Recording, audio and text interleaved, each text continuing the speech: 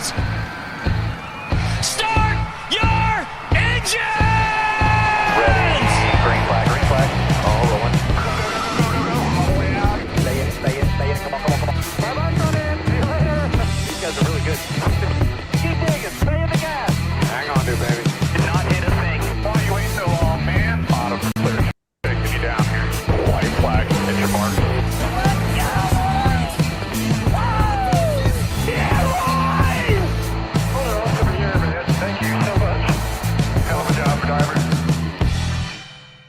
Hello, everyone, and welcome to this week's episode of NWP Season 2, Season 7, Episode 2. We're starting off strong already, but what is not number 2 is me. I beat your favorite podcaster because Denny Hamlin beat your favorite driver. Oh, cringe. What are we at, like 30 seconds in, Danny? Danny's already got too big a head. How is this happening? I get to hold on to this for 2 weeks. I've got to cherish this moment. In fact, hold on. I got to do this. He's putting up the points already. He's got like a WWE intro. my God.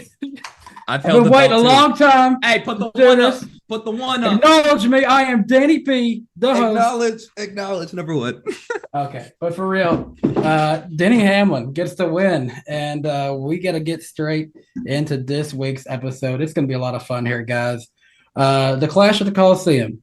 We all called it last week. The weather was going to be an issue, and NASCAR did the right thing. I said it in my video before the race. It was the right call. They took the best interest of everyone involved, from the fans to the people running from people organizing the race to the teams who were there at the race.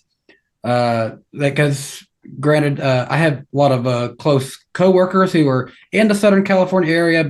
Have a lot of my thoughts during this week, and from what I can tell, they were all okay. But it was expected to be life-threatening rains in parts of Southern California. So, guys, I think they made the right call here. Eric, what are your thoughts on how this all went down this weekend? Yeah, I mean, it was unfortunate that it came down to this. I think NASCAR Man's tweet Friday or Saturday said it best. It was, NASCAR's two big showcase events, Chicago, Clash, both threatened by life-threatening, or both affected by life-threatening flooding in the same, 12-month span. That's absurd. What are the odds, of course? But considering they had there's really no good decision. I think this is the best they could do.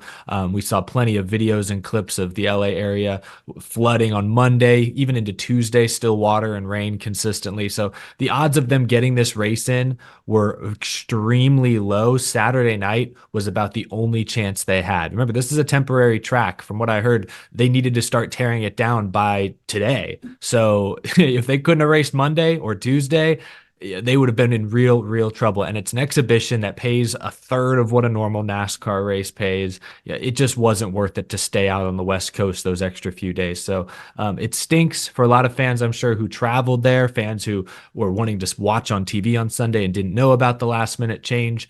But it was, the best they could do in a very, unfortunate situation. Yes, definitely. Me and Eric, we were there couple of years ago, the first year they had this, and it was a unique experience getting to be there and experience all that. I can't imagine what it would have been like had that have happened when we were there, because I want to say I think we flew in the day before that happened. Me and Claudia did, so we would have really been rushing had someone been like we were for that trip. Yeah, I was at Disneyland, I think, the day before the race, so I could have cut my trip short, jumped out a line of Thunder Mountain and hauled my ass over there, but it would have been unpleasant, to say the least.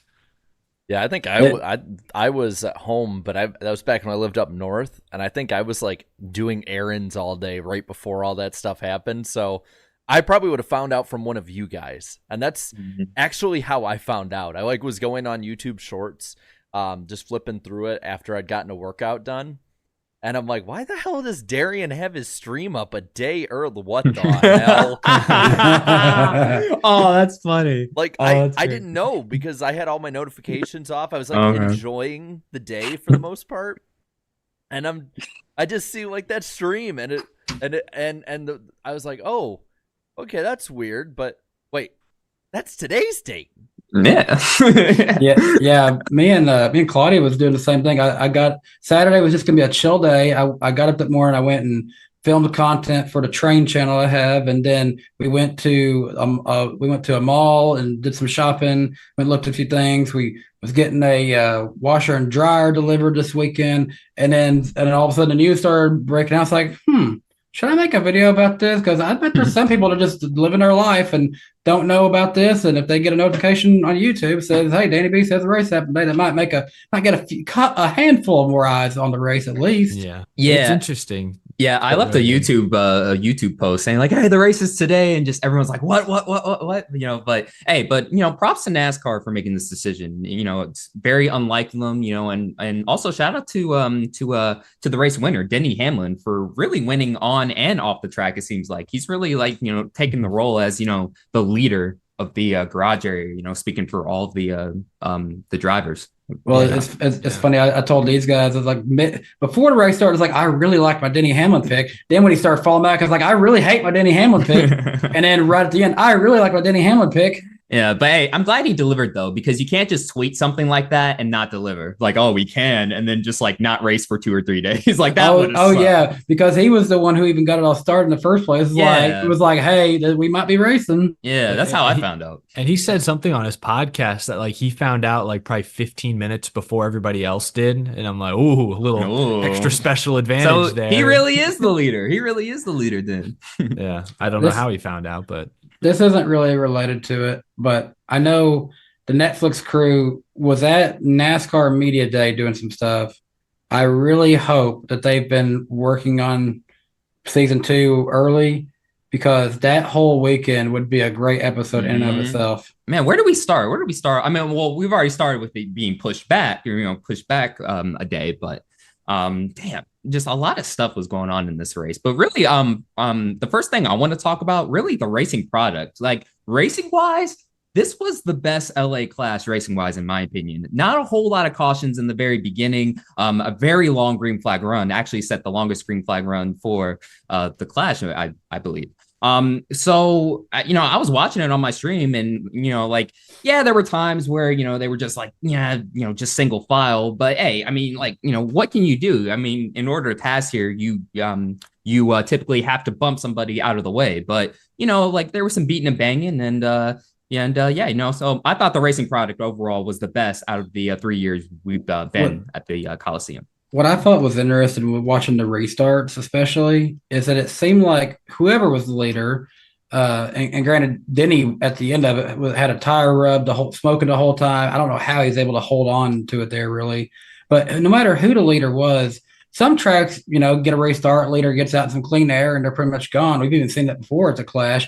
This one, it just felt like, okay, if you give second place a chance, they're going to come right into your bumper, it felt like. And usually end up pushing them out of the way. It felt like every single restart, which I thought was interesting. It's like, okay, it's not guaranteed that you can just get away with the lead and keep it there. So I thought that was kind of refreshing to see a little bit with this race. Yeah, I thought it was easily the best race of the Clash at the Coliseum so far, which is why I was shocked by the amount of negativity I saw on social media. Not to spoil it, but our poll, the famous iceberg poll, surprisingly negative. Jeff Gluck's was it a good race? Surprisingly negative. And I understand a lot of negative circumstances surrounding the event could have clouded some of the votes, but if we're just judging the racing product itself, that was one of the best short track races of the next gen era, which maybe says something about the car and the current state of short track racing, but it was all around a good race. Some long runs, a few spins, 3 or 4 sets of drivers pissed off at each other by the end, whether Fox chose to show it or not. It was out there. I just thought it was great. I thought it was great. You could pass cleanly, but you also saw plenty of fairly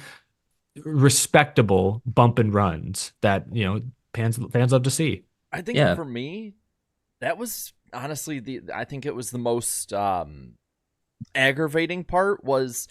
Each year, I thought racing-wise, and I'm taking away the wrecks, I'm taking away, the circumstances, all of that. I thought the first year, take it or leave it, good for what it was. I thought last year, when they weren't wrecking, the racing actually was a lot better, and this year it was better. But then it gets moved, and probably over half the audience that would have seen it wasn't there. That's the part that like is so infuriating about it. Is it got better? I think it got better each year, but dumb circumstances got in the way of it being as successful as it could have been. Also, this isn't related to like the actual race, but since it got rained out, they couldn't bring out Lightning McQueen for a pit stop. They were going to do a pit stop for Lightning McQueen on that on Sunday. Oh, well, Lightning McQueen wasn't the only celebrity who didn't come to the race, so.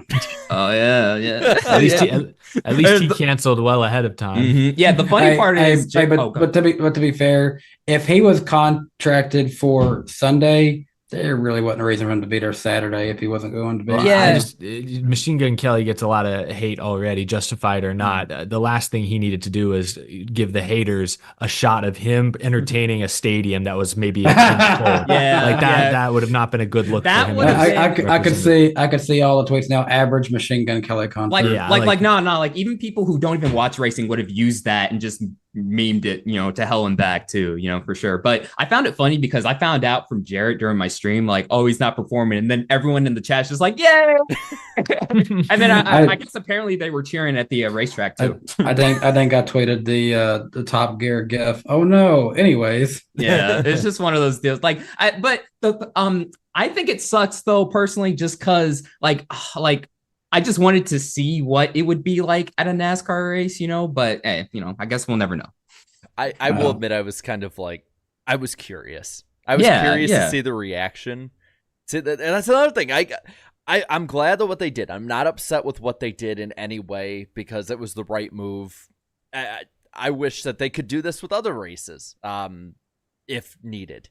But I was so curious to see how many like times they would pan into the crowd and you just see old NASCAR fans like just kind of standing there like, what is this? Just shaking their head like, wait. No, that's when you sneak a camera guy to the outside like a concession stand. How long's the line right now?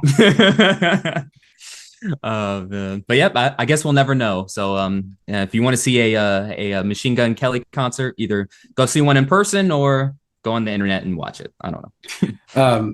I saw one question Jared had put in there was, is this a new precedent or was it a one-off? And I'm going to go with a one-off on this one. And I'll leave a poll here for you guys. But my thoughts is like, okay, my take after the race was, poll. It was this felt like a COVID race to me in the sense that we didn't know what to expect, and all of a sudden everyone was just running with the punches, and we just somehow got it in. That's what it felt like to me. Just there was fans there this time, but I don't know. What was your all thoughts on that part of it?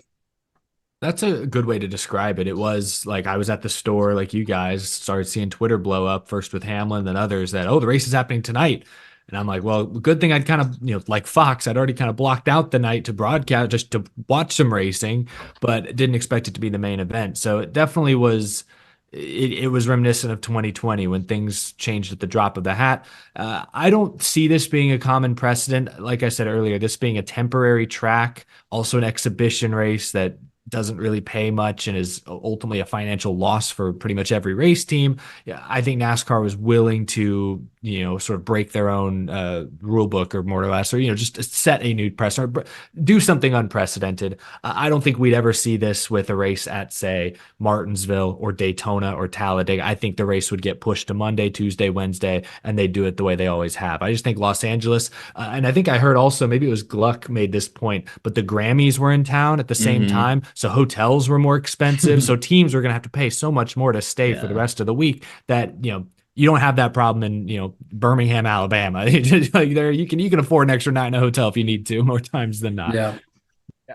As much as I would like this, just for the aspect of there's been so many times I've went to races that have been rained out or to the next day, or we've been, on and off. I wish they could, and I think that maybe they'll be more open to it in the future. Like that is one thing, like with the COVID changes, different things changed over time because of that and changed for good during that.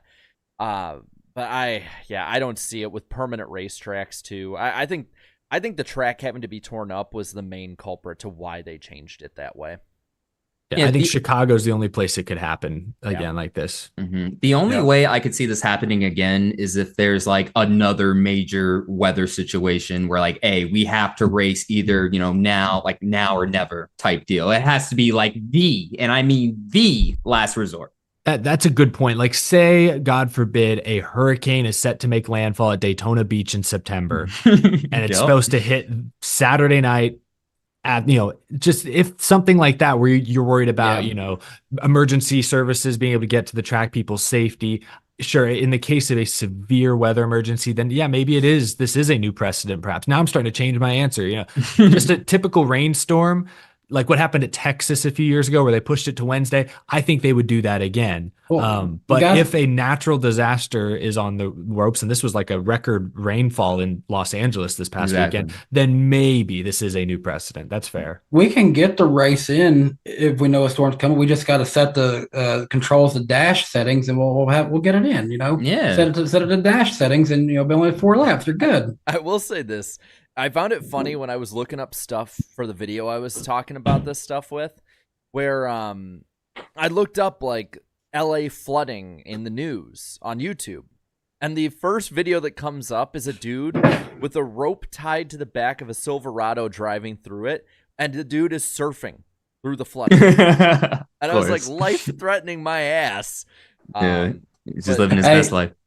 Real talk. A lot of people that I know out in Southern California, I was texting the guy that I work with. I was like, hey, man, just seeing the forecast out there, you guys be safe. He's like, what do I need to be safe about? Is there something I should know about?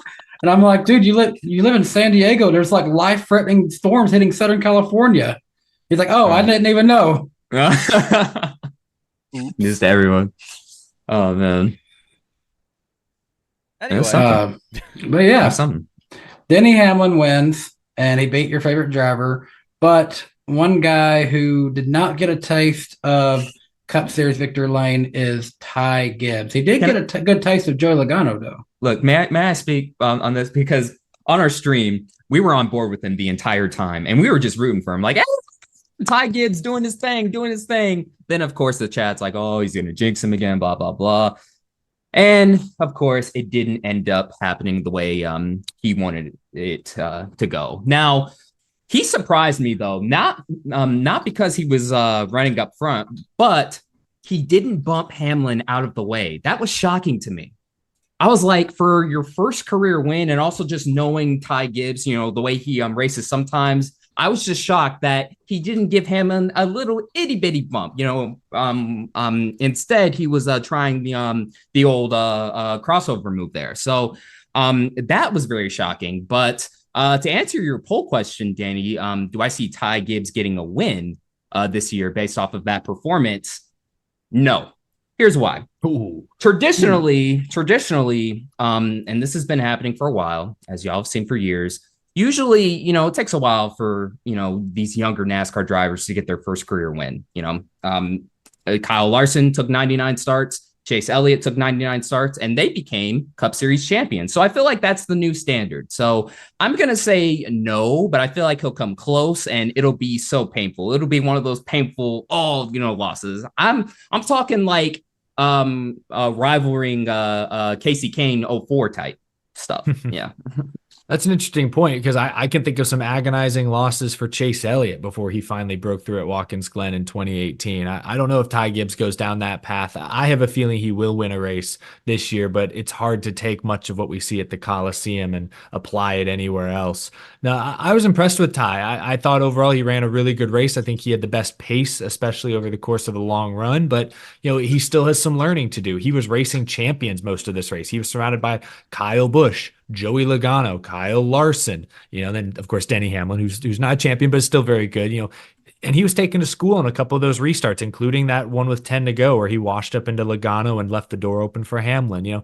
It's a unique track, so again, it's hard to take what we see here and apply it anywhere else, but we we've seen Ty Gibbs both show great poise late in these races, like at the Xfinity race at, I think, Road America last year, the year before. He beat Kyle Larson straight up. I was really impressed. But at the same time, 2 years ago at Martinsville, he lost his head and wrecked his teammate. So, young drivers still going to have to learn that racecraft. But what encouraged me really the second half of last season and at the Clash this week is his speed, his just raw pace. Like he's got that feel, that natural feel for the car that guys like Kyle Larson have, that Jeff Gordon had. Not saying he's going to be as good as those two, but he's got the thing that's hardest to teach. You can teach racecraft. It's harder to teach just raw speed and pace, and he has that. I'm, at this point, just interested in how he's going to be against Joey Logano, though. It's because I feel like those two are so similar, at least with how they drive, how brash and young they were when they started or are right now. And I feel like Joey Logano might be facing the anti-Joey Logano. Like he is in the position that Matt Kenseth was in 2015. And I'll just say this. If I hear Joey Logano start complaining about these young drivers and not knowing how to do this or that, I'm going to laugh so damn hard. Like, and I guarantee Matt Kenseth was probably somewhere rolling laughing at Joey Logano getting pissed at a young driver, racing him hard. I can't wait. And only Joey Logano would make Ty Gibbs be like popular with the fans. And now you know how it feels. I love it. I love it. Has Joey Logano found a way to beef with literally every single driver from his former team at this point? Hey, I'll say this, though. That quote when Ty Gibbs said, "I've seen it my whole life." Oh, he literally has. That hit deep. Exactly. That's why that hit so deep. Like Ty Gibbs has literally watched Logano his whole life. He remembers when he started there in the Nationwide Series, saw him leave, saw him become a rival to all of his grandfather's drivers. Like even Logano's probably inside his head. Even he was probably like, touche. He had to self-reflect and be like, you know what, damn. He did kind of self-reflect on his show on Sirius later in the week where he said, I see a lot of myself in Ty. Like, I wish I had handled some of those early controversies and rivalries a little differently. That's why he has tried in the past to reach out and mend things with Ty Gibbs. I just look at this and think that neither Ty Gibbs nor Joey Logano need this kind of rivalry right now. Like Ty Gibbs is still a young guy trying to figure it out, and he's still trying to rebuild his reputation, the negative reputation he created for himself in the Xfinity Series. And I thought he did a pretty good job of doing that last season. You'd hate to throw it all away this year, beefing with a two-time champion. But Joey Logano, I know he won the championship 2 years ago, but when was the last time Joey Logano looked scary? Like even in 2018, he won the title and it was all about the big three that year. He was the consistent guy in the playoffs, but go back to 2015 again, Logano he swept the whole round of the playoffs and was about to win a fourth straight playoff race before Matt Kenseth happened. Like we haven't seen that version of Joey Logano in years. He's now like a 1 to 2 win a year guy more times than not. And that's a little weird. He just got eliminated in the round of 16 last season, the first defending champion in the knockout round era to be bounced in the first round. Like he doesn't need this either. He needs to right the ship. His teammate just won a championship. Maybe there's finally a challenge at the top of Team Penske. So neither driver really need this controversy. It'd be in their best interest to try and work together to settle it out. It's interesting you bring that up. So I pulled up Joey's last couple years. Well, actually more in the last couple. Since 2015, where he got 6 wins. Holy Jesus, his stat line is amazing. 6 wins, 22 top 5s, 28 top 10s. Yeah, he was nuts that year. Well, I haven't looked at his stats in a while. I'm going to list these off for you, for all y'all. Okay, so since then, the wins go 3-1, 3-2, 3-1, 4-1. That's what I mean. That's great. Top 5s, 16, 10, 13, 12, 12, 10, 11, 11. So consistent there. Top 10s, 26, 17, 26, 21, 21, 19, 17, 17. You know what? I think my counterpoint to Eric's earlier point is, in this era, you don't have to be as scary anymore when the championship comes down to one race. That's fair. Just saying. Ryan Blaney was not scary last year. Not at all. Until the last 5 weeks. Yeah. A lot of times watching back on a Netflix thing, I was like, oh, well, Ryan Blaney was really far down at this point. Yeah. So, and Jared just listed off those stat lines since 2015. I mean, any driver would love to have that. But I see what you mean though about like he's not he hasn't been the most dominant. Like, William Byron was without question the most dominant driver last year.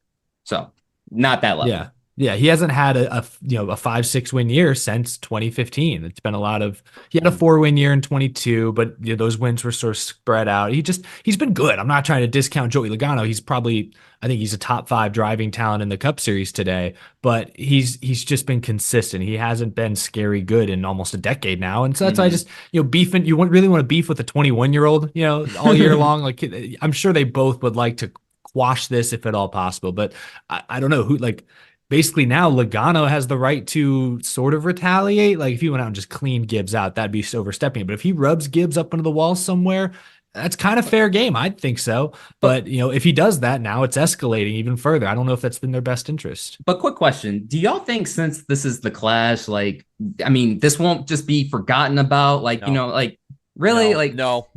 Both of them are confrontational people on the track. And while you might not think that Ty Gibbs is going to get a win, and he might not, he is going to compete for wins. And who is going to run up front and compete for wins as well? Joey Logano. They are bound to run into each other again. They don't like each other. They are, again, confrontational drivers. Like, all of it is mixing up for them, and they're both young. Like, people forget, like, they think, oh, Joey Logano, he's been around for... Still young. He's been around for 15 years. I'm just realizing this. But remember, he was 18, so he's like in his early 30s. He's going to be around another 10 to 12 years. Ty Gibbs could be around another 20 years. They are going to run into each other. They're going to have to deal with each other, and I do not think this is the end. Yeah, there's some beefs like the John Hunter Nemechek or Ricky Stenhouse getting in John Hunter's window. Like, I don't know how deep that goes. That could be forgotten. It's an exhibition race. Wait, hold on, Eric. There was a beef between them. Oh, I would know from Fox. Yeah, if you watch the FS1 broadcast, I think it was a footnote in one of Jamie Little's pit reports, but that was the best you got. So wish I could have seen it. But like that kind of confrontation, whatever was going on between Reddick and I think Chastain, whoever it was on the last lap, that might be forgotten in a couple It was weeks, Chastain and Reddick and Chastain, and then also McDowell and Stenhouse. There was a bunch. Like a lot of those beefs might get forgotten. To back up Jarrett's point, no, I think the Gibbs Logano one goes back far enough that it won't be forgotten anytime soon. Love the poll, Danny. I had to give him that third option to think about. Ty Gibbs with his helmet. That's good. Ty Gibbs seems like he has a lot of heart, so he wouldn't go down easily. He'd be a little scrappier than Logano, but Logano's got that natural height and reach, I wouldn't want to be punched by Dash. Yeah. Hey, quickness is power. Just saying. Quickness is power. So that's going to get taken out of context. Well, wait a second. Those two weren't the only ones that had beef this weekend.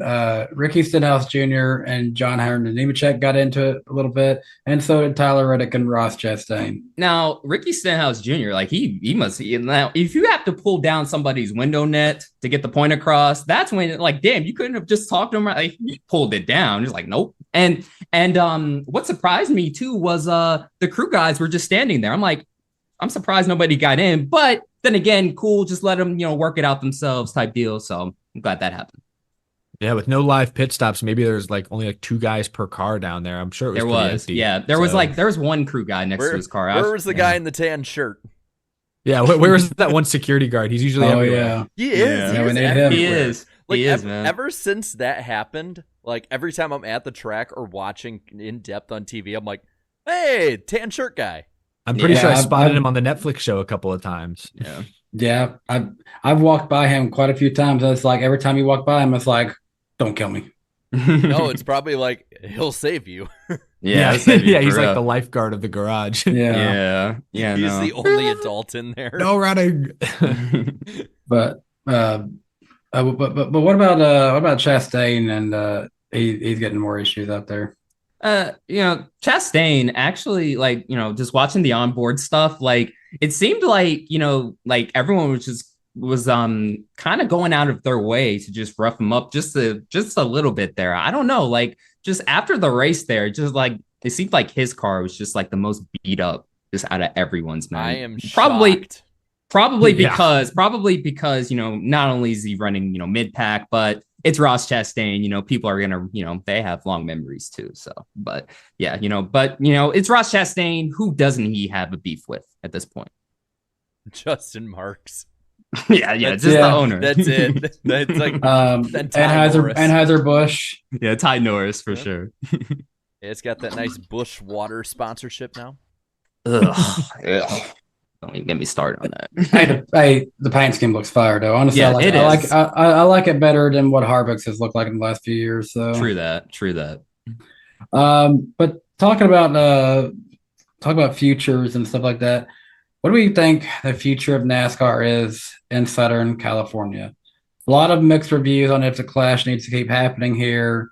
We've all seen the pictures of Auto Club Speedway. At this point, it does look like the plans are still in motion for it to be turned into a short track. It looks like they're still preserving that area. So what do we think, guys? What are we looking at? That option is at least still available, but it's going to take months, if not years, to actually finalize that project. So I think I would be shocked if NASCAR races in Southern California next year. 2026, hopefully we're back. NASCAR should race in the second largest media market in the country, whether it's Auto Club, whether it's Long Beach, whether it's, I don't want to make the Coliseum a points race by any means. Irwindale, shoot, I don't care, but they should be in this region if at all possible. But yeah, for the time being, I don't think the Coliseum returns. We'll talk about this in a moment. I think the Clash will end up somewhere else, somewhere likely far from Los Angeles. I'll say this, when it comes to the California side, I wouldn't rule out just yet Kern being built up over the years. With Kevin Harvick owning it now, being a relatively big track for short track standards, it would take a lot, but I think there is a future. The thing is like the Auto Club stuff was saying it might be a year or two before stuff's finalized, and then they can start building stuff. And with the way laws are in California, I think that it happens, but it might be, 2028 when it opens back up. I still think they're going to make it the finale. I don't think you do all this renovation, spend all this money, sell off all this land, want to have such a big push in California, not to try in some way to make it big. They want it on the West Coast. They want the finale in that market. I think that's the finale one. Yeah, I have to agree with Jared on the I don't see it happening until 2028 with the whole short track deal, and again, RIP to original Auto Club. It still sucks, but as far as NASCAR staying in the California market, they desperately want to by any means necessary. So I don't know. I'm thinking with all of these, street races happening, I mean, it wouldn't surprise me if NASCAR would attempt to try and race in the streets of LA. Where exactly in LA, I don't know, but it wouldn't surprise me if they do try it. So I'm going to say Boulevard. Yeah. I'm going to say yes, that they will, that not next year though, but perhaps the year after, maybe a race of some sorts. I would maybe think streets of LA, but yeah, we'll see. Yeah. I'm going to be a little bit more bold here and say I think that it should move back to the state of Florida, but not in Daytona. Maybe not even at this track on my shirt here. Possibly look into a street race, not to the extent of F1, but a street race in Miami. Possibly look at some of the other great short tracks that are located in the state of Florida. You could go race at what's their New Smyrna? That's down in Florida, isn't it? Yeah, that's near Yeah. Daytona. It would have look into innovation, but yeah, they need a lot. Yeah, it would fit. If we're talking only like 20 something cars, the way we've been doing it, it would be feasible to an extent with a little bit of help. Well, let's talk about that. So bigger picture, where does the Clash go next year? Should it be back at Daytona? It's probably not going to be back at the Coliseum, but should it be back at the Coliseum? And then do you think it'll go international? Because the reports are Mexico, somehow Canada might even be in the mix. What do you think, Darian? I'm liking the Mexico idea. I'm liking international, bro, because, they've been talking about doing these international races for years. So why not just make it, just a fun race, non-points race, just enjoy yourself out of the country too, whether it's Canada or Mexico. Now, I would like to go back to Daytona as a second option, but the thing is, I would only love doing it if you put it back on a Saturday night, Daytona, the original format, 75 laps, the whole, stage break and all that stuff. But they have to actually race, please. No single file, no choo-choo racing, no freaking shenanigans. Oh my gosh, like the freaking 2018, 2019 Budweiser shootout, whatever it was called. But don't race too hard, then 2020 will happen. Yeah. Good point. Yeah, or 2020 as well. The 2020 class. That just cursed the whole year. It all started right there.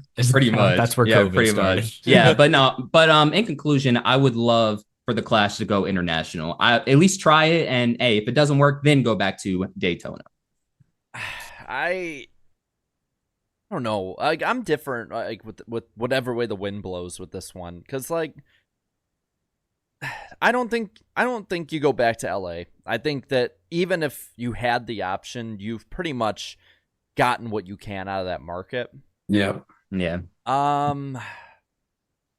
Especially when it's won the last few years, they've gone back to that market only a few weeks later. Yeah, that's true. Yeah. I think 1 year back at Daytona to make it special might be something you could do, as long as it's done right. It needs to be prestigious, and I listened to what Junior was saying on his deal with the Clash, and I'm not saying it because he said it, even though the hat incriminates me. The problem with the Clash is that anyone can get in, and so the problem I don't think is location anymore. It's fundamentally crumbled for years, ever since they allowed like 30 cars into it back in 2009, and they try and allow more because of sponsor money, because of advertiser dollars, because of X, Y, and Z with the networks. And I think that this is one of the few events where less is more. So I really don't care where it goes at this point. Like, I don't think they name drop Mexico without it being not a certainty, but at least an option. Canada, I don't know how the hell that would work in winter. I don't care. Oh, good point. Good point. Good point. I don't understand that one either. Like we can't even talk about like tracks like New Hampshire and like that. Then we're talking about Canada. I forgot about that. Good point. I brought up on my stream that if they could work together with SMI, maybe do like the fairgrounds one day, if that's an exhibition they can try and push down the road. A lot of people are talking about a local short track. The problem is, are they NASCAR ready? What money will that be from NASCAR and to them? Others talking about Sebring because that track has like a cult following. I know, like, it's a literal cult. Like, they're kind of crazy. For me, I have three things I'd say. I'd say try Mexico if you want. Homestead to keep it in Florida, but maybe just do Daytona for a year just to shut the fans up. I don't know.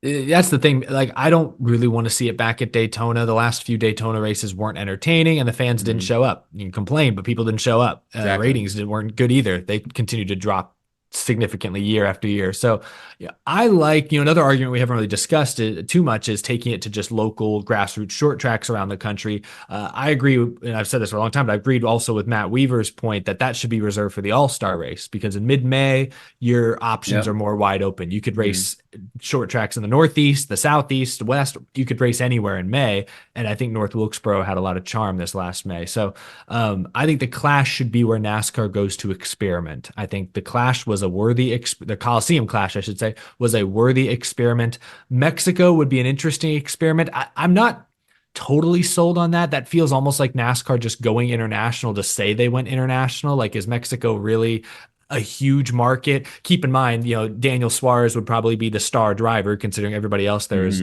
white American, and Daniel Suarez may not even be in the Cup Series next year. Let's also talk about that. So I just think that's a little bit of a weird choice, but I'd at least appreciate the experimentation of it. I'd rather honestly see them race in a football stadium somewhere else in America.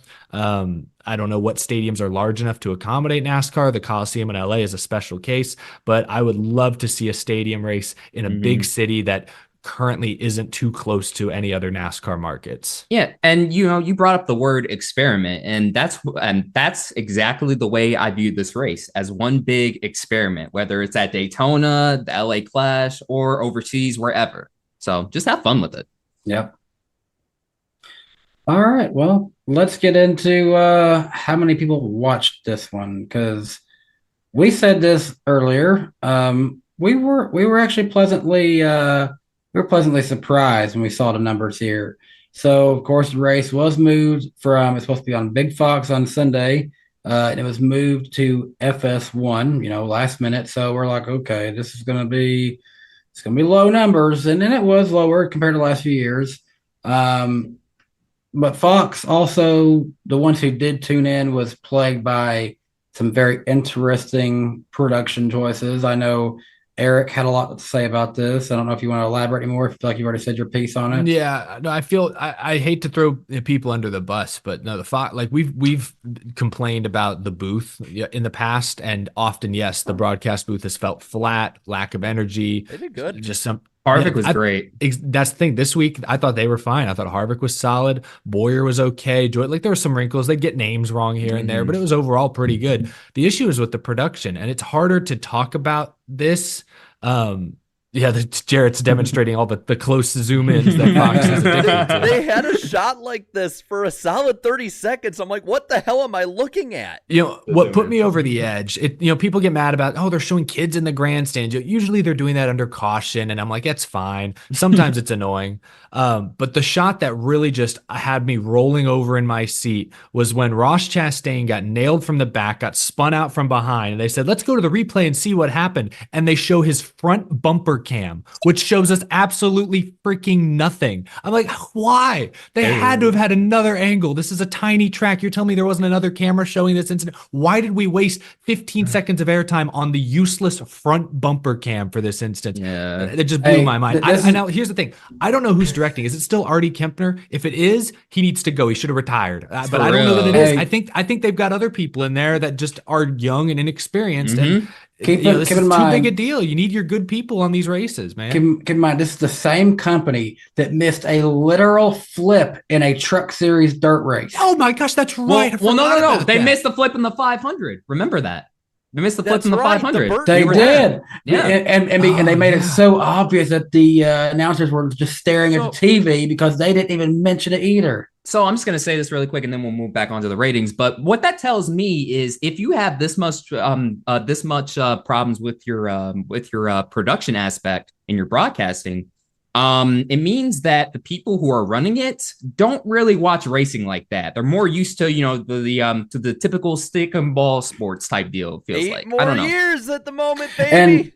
And I've heard people try to say the argument like, NASCAR actually is the same people who do both Fox and NBC production. No, it can't be, because how is it so much better when we get to NBC? No way. Yeah. No way. It's just basic things. It's, just zoom out a little bit more. And and it's like, the number of times Kevin Harvick or Mike Joy would talk about like, Logano is 3 wide, and it would take 5 long seconds to finally get a camera on it. The only defense I'll make for FS1 is that this was a last-minute schedule change. Maybe they didn't have all of their people on standby, all their cameras, but I can't make that excuse, because NASCAR uploading clips of Ricky Stenhouse confronting John Hunter, so that tells me they did have a camera on some of these moments, and they just never showed it. So I can try to make that excuse, but it's hard. I'm not a fan. It's all the same feed. It's all the same feed, though, Eric. Yeah, it's all the same feed. Yeah, Fox had access to that camera, and they didn't show it. Yeah, Anyway, sorry. The ratings, yes. I'm gonna just go to Twitch and watch the Saudi stream of it. I'll watch Darian's race along and just watch NASCAR drive. There we go. Yes, sir. Hey, technically Darian was just on a free site that's free to see any of that stuff. I'm just a fan enjoying the race. That's it. Just a kid, and life is a nightmare. All right. One final point, actually, Jam Plays Games mentioned it in the chat. No wonder NASCAR wants to centralize TV production. I am cautiously optimistic with that new production facility starting in 2025. I don't know if this will be for all broadcasts or just maybe like the Amazon ones or what have you, but NASCAR being more in control of the broadcast feed, that could be a bad thing. But considering where Fox has been in recent years, I think that will hopefully be a positive. But fingers crossed, who knows what it'll actually become. All right. Ratings wise, this got a 0.8 rating with 1.511 million viewers, which was a 58.6% drop from 2023's viewership of 3.647 million. It did have 342,000 in the key demographic, which I think if you take that number compared to the total amount of views, that's pretty good. That's 23% of the audience. And it had almost the same viewership as the 2023 Bristol night race. The NASCAR Mexico Series race did not register for ratings on FS2, meaning it had under 100,000 viewers, which I'll just ask because I didn't. Did any of you guys watch that race? It was I really did. good. It was great. It was great. Okay. I liked it. I did not. Now I feel bad, but It was great. Like- yeah. Well, I didn't have FS2, so I had to watch some of the highlights after the fact. I watched I got in at about 40 laps in. I was doing the post race stream and it went live. Like they started when I was live. But yeah, they were racing really good. Like it was a lot more clean than it was better than the cup race. I'm just gonna straight up say it was better than the cup race. Yeah, a lot cleaner. But yeah, And Look- they like the regulars there, they were racing Daniel Suarez like as well as the cup guys. hard. Like, Suarez was obviously probably the best, most experienced guy out there, but like it was close. Like I really liked it. And also, I don't know, like I would love to see more. I know it's the Mexico series, but I wouldn't mind more Mexico races in the States. I mean, like those, their racing product is awesome. When you go to the very closest to the southern border, have the Mexico series come up, and when you go to the northern border, have the Pinty or the Canada series, as it's known, come down. Like I would love that. Yeah, we need to see that more often. this is just a side note. I saw Flying Penguin ask, did they drive the electric vehicle? Talking about that rumored demonstration that got scrapped. And I think that got scrapped even way before the rain. I think they didn't even end up bringing that out there. They had it. It was there. Did they have it? They did do a test run of it before the rain all came. That was probably early on Saturday. There were rumors that it might have actually hit the wall and got damaged.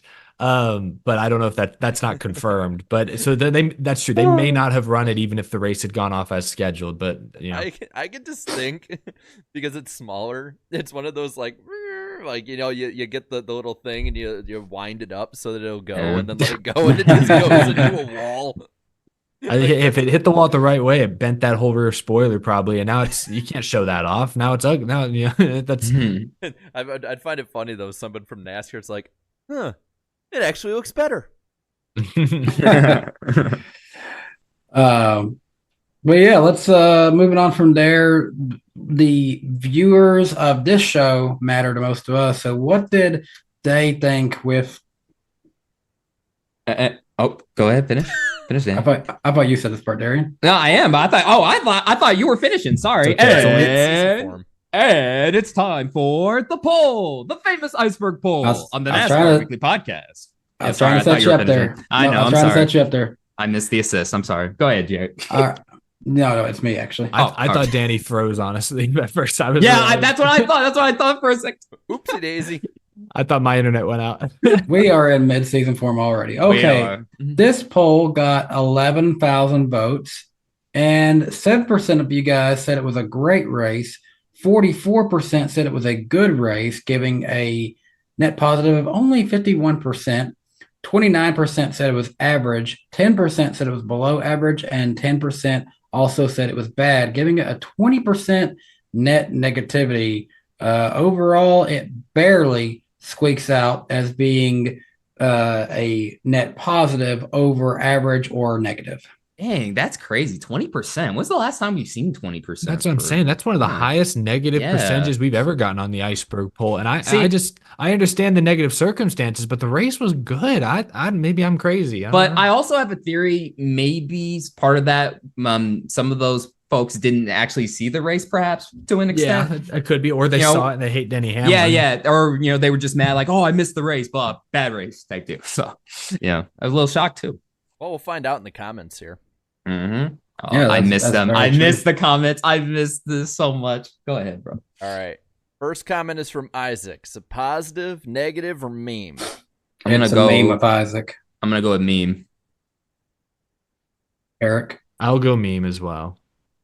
I didn't know you could be a bigger bitch to NASCAR than the Wicked Witch of the South, but Mother Nature, you're making a damn good case of being the biggest bitch. Stay the hell away from this sport, you devil woman. Oh, That's just straight up letting the anger come out. Whoa! Unleash the dark side, Isaac. For real. Jeez, man.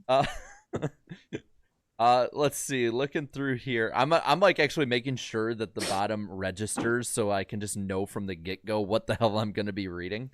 I've seen worse. Okay, so top comment is from Too Tough to Tame 48 saying Denny beat our favorite driver again.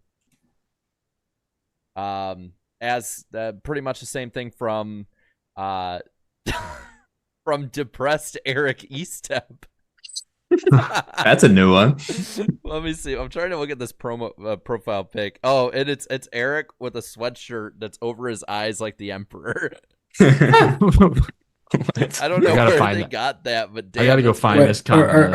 Are you able to like copy that and send it to us later? Or? Yeah. Well, so if you guys look into the poll, it'll be like right up at the top, and I gave it a heart. No, okay. Okay. Thank you for liking depressed Eric Estep. Oh my gosh, what is that? What is that photo from? I've got like my hood up and I'm like hunched over. Use your aggressive nature, boy. I don't remember what that's from. That's funny. Wow. Let's see. Harrison Grant says this race was unexpectedly good. There we go. Sorry, I'm laughing because his YouTube channel has a description and it says, "I give every race a 0 on the groovy gauge." I ended up subscribing to him just because that's just hilarious. That's funny. I think it's funny. We're going total meme at this point. How Darian and Danny are looking one way and me and Eric are looking the other. Oh, I just saw that. Oh, that's funny. I just saw it on the delay. Oh, that's great. But Harrison Grant says it was unexpectedly good. Plenty of classic bump and runs, door-to-door racing, and side-by-side battling. This was by far the best clash we've ever had. I think he means in LA. And I can only hope this sets a tone for the season because that was some good old-fashioned racing right there. The Sloth Nerd. Spin in turn 4, flagman. Quick, throw the checker. No more restarts. We're going home. Yeah, they could. It was borderline. Yeah. Let's see. I'm gonna scroll a little further down here. Bassfish1 says old number 12 did pretty good. Yeah, he was a standout, going from 23rd to 3rd in the main event. He needed the freaking provisional to make it in, and he still did well. The Denny hate's amazing. Minnesota Sports League says, my dad was watching and said, Poop Stain won the race. Damn. Jeez, man. This is brutal. Let's see. Man of EO says, Mexico Series showed us what real racing is.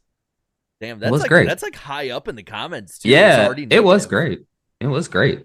Well, but I think that's also a diss at the Clash. Yeah. A bunch of there's a lot of people just, why does it have to be Denny? Why Denny Hamlin? God, it had to be the 11. He's the Netflix star, bro. Show him some respect. Netflix couldn't have scripted better than that. Yeah. Oh, John here says, what race? I thought the Clash was on Sunday. Oh, there it is. And then somebody let him know, and he's like, I'm going bad. Never mind. It was sarcastic. Never mind. Oh, okay. Let's just say this. His second comment ended in, move it the F out of LA.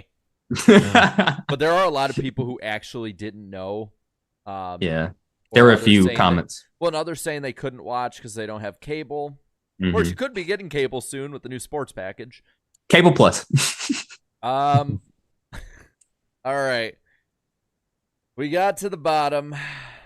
Here we go. How bad is it? Run of the mill. So, third lowest in the gutter. These are the gutter comments. Is from Shy's Garage saying NASCAR's still a thing? Huh? Who knew? What are you doing here? Randy says Bubba wrecked again. It was awesome. Okay, Randy. All right, Randy. And, Randy. I can't read the guys. I might have to delete this comment. This dude, This dude's profile name is his Gmail account. I'm gonna just. Got his address in there as well. It's got his birth year, I'm assuming. Is a social security number in his channel description? I'll look at the profile pic and see. If you leave a comment on his videos, he'll give you his credit card number. For real. What's it say? Well, What's it say? I'm going to delete the comment after I read it. It says, I'd like to see the Clash take place at Rockingham next season. That's my idea of where the Clash should be held. Or maybe at North Wilkesboro or the Rollville Charlotte Motor Speedway. I think this guy lives in North Carolina. Yeah. Safe to say. I'm gonna delete it just because I don't want somebody's Gmail account out there. Yeah, I haven't seen. I think it's also safe to say his age starts with 5 or more. Yeah, It definitely. said 1996 in the Gmail profile. Oh, well then that's even stranger. Yeah. Yeah, stay safe, bro. So I'm not showing it or I'm not reading it. The comment is already deleted. But that's the poll. We're back. And that'll conclude this edition of The Poll, the famous iceberg poll on the NASCAR Weekly Podcast. I didn't dox him. No, You're telling me not to dox him. I didn't. I deleted it. No, it's only doxing if you guys would have went out of your way to go find him. That's why he deleted it. Go find him, send pizzas to his house. We love you, chat, but can we trust you guys all the time? Okay, but what we can trust is that it is the top of the hour, thus meaning it's time for the first super chat stage break. I'll take 3 minutes to read through the first few super chats. Jarrett's got me. So I'll begin. NASCarson 2414, good to hear from you, and thanks for the $4.99. Hey, NWP guys, if I send you super chats, do I mark it in donations on my taxes, or how does it work? Since I just started YouTube Super Chats in 2023. Well, it is tax season, but I'm sorry, man. I don't think that applies. We're not tax experts here. NASCarson 2414. Do appreciate another $4.99 from you. Los Angeles was thank you, NASCAR, for starting race earlier due to weather. Fox should have replayed Clash on Fox, but they're still getting fans set for 2025. Yep. Uh-huh. Isaac, appreciate the $4.99. You have a chance to earn $1 billion. I do. Which are you doing? Reading the entire NASCAR romance novel series or playing Ignition for an entire year? Give me Ignition an entire year. Ignition. That'd be the easiest $1 billion ever. Yeah, I was there. To hear some of that. You can just read the. You don't have to read the romance novels on stream. You can just read them and blow through it in a week.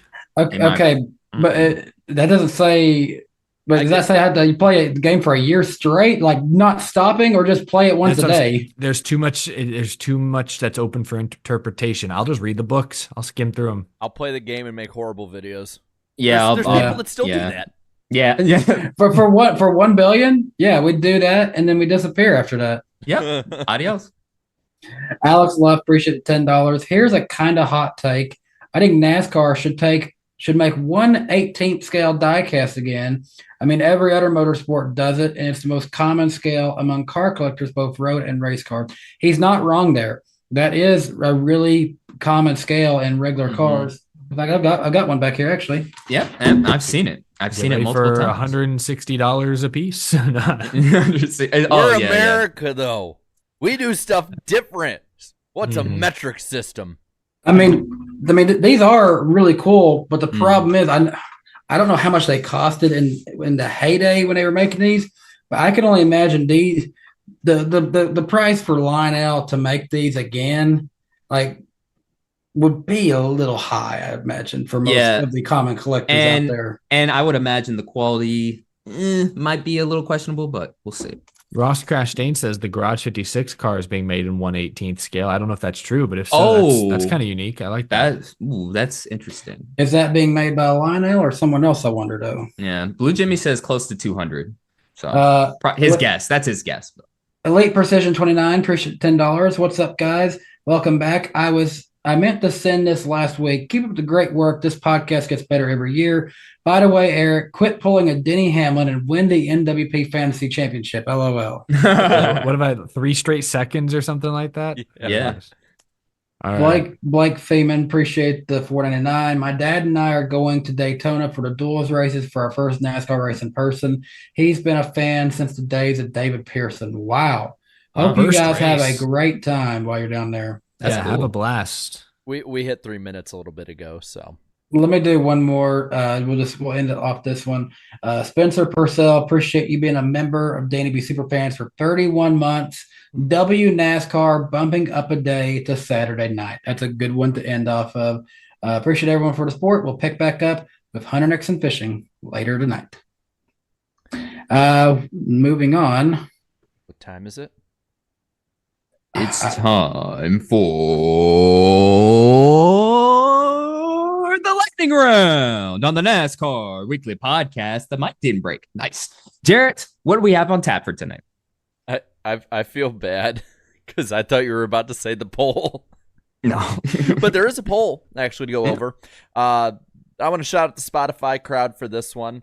I asked them of the drivers that are new in their rides that we talked about last week, which did they think would make the playoffs? And the options were Josh Berry, Noah Gragson, Carson Hocevar, Zane Smith, Daniel Hemrick, John Hunter Nemechek, or none of the above.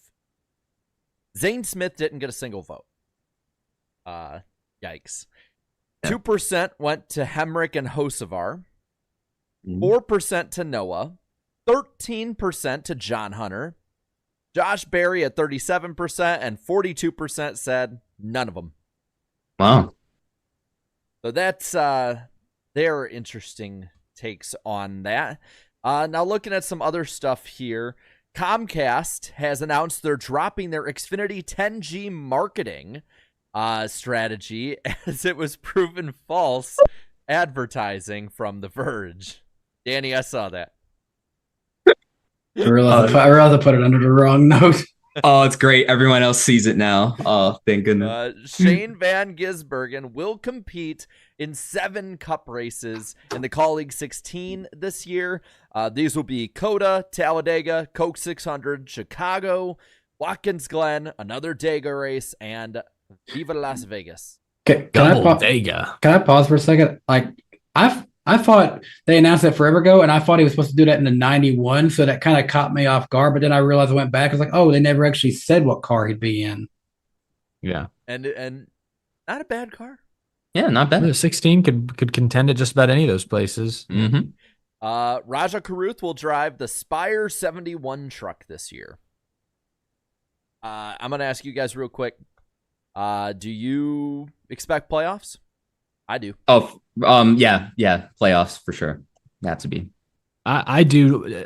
I think Raj is improving. Keep in mind, he only had 4 top 10s last year. But I talked about this on my show today. There's a lot of heavy hitters out of the truck series this year. Like Lane Riggs will probably do well in the 38, but you got no Zane Smith. You got no GMS. KBM was absorbed by Spire. That's who Raja is driving for. De Benedetto is gone. Hocevar is gone. Like, there's some, like, Thor Sport is stacked, but outside of Thor Sport, it's like, it's kind of anyone's game. Yeah. Yeah, I think we should expect playoffs, and we should expect playoffs off of a win. I think it's time for him to get in the victory lane. Yeah, that's fair. That's fair. This one kind of broke the internet a little bit today. Dale Jr. is currently in the midst of possibly renegotiating his contract with NBC in the coming years, though stuff's kind of left wide open.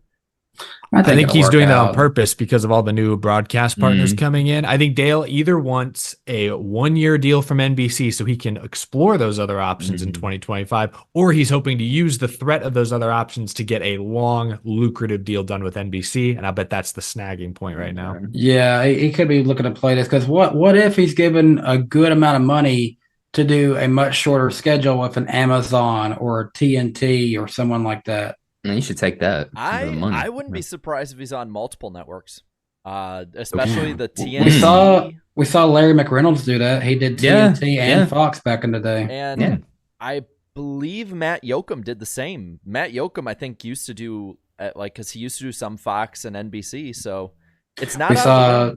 We saw Brad Daugherty do SRX on CBS and also do NASCAR on NBC. I mean, that's a good point. I wouldn't put it past Dale Jr. to try and somehow get into one Daytona 500 in the booth. Like whether that's in there for Clint or whatever. I think somebody like him, he knows the power he wields, and I think he also would be very. I mean, look how good the Fox booth got when he was there for Talladega. That's a good point. He did a Fox race. I forgot about that. He did. Let's see. NASCAR is going to be meeting with officials to talk about hosting races in other countries. Adam Stern reported this. This one's interesting for me because I go to Kansas.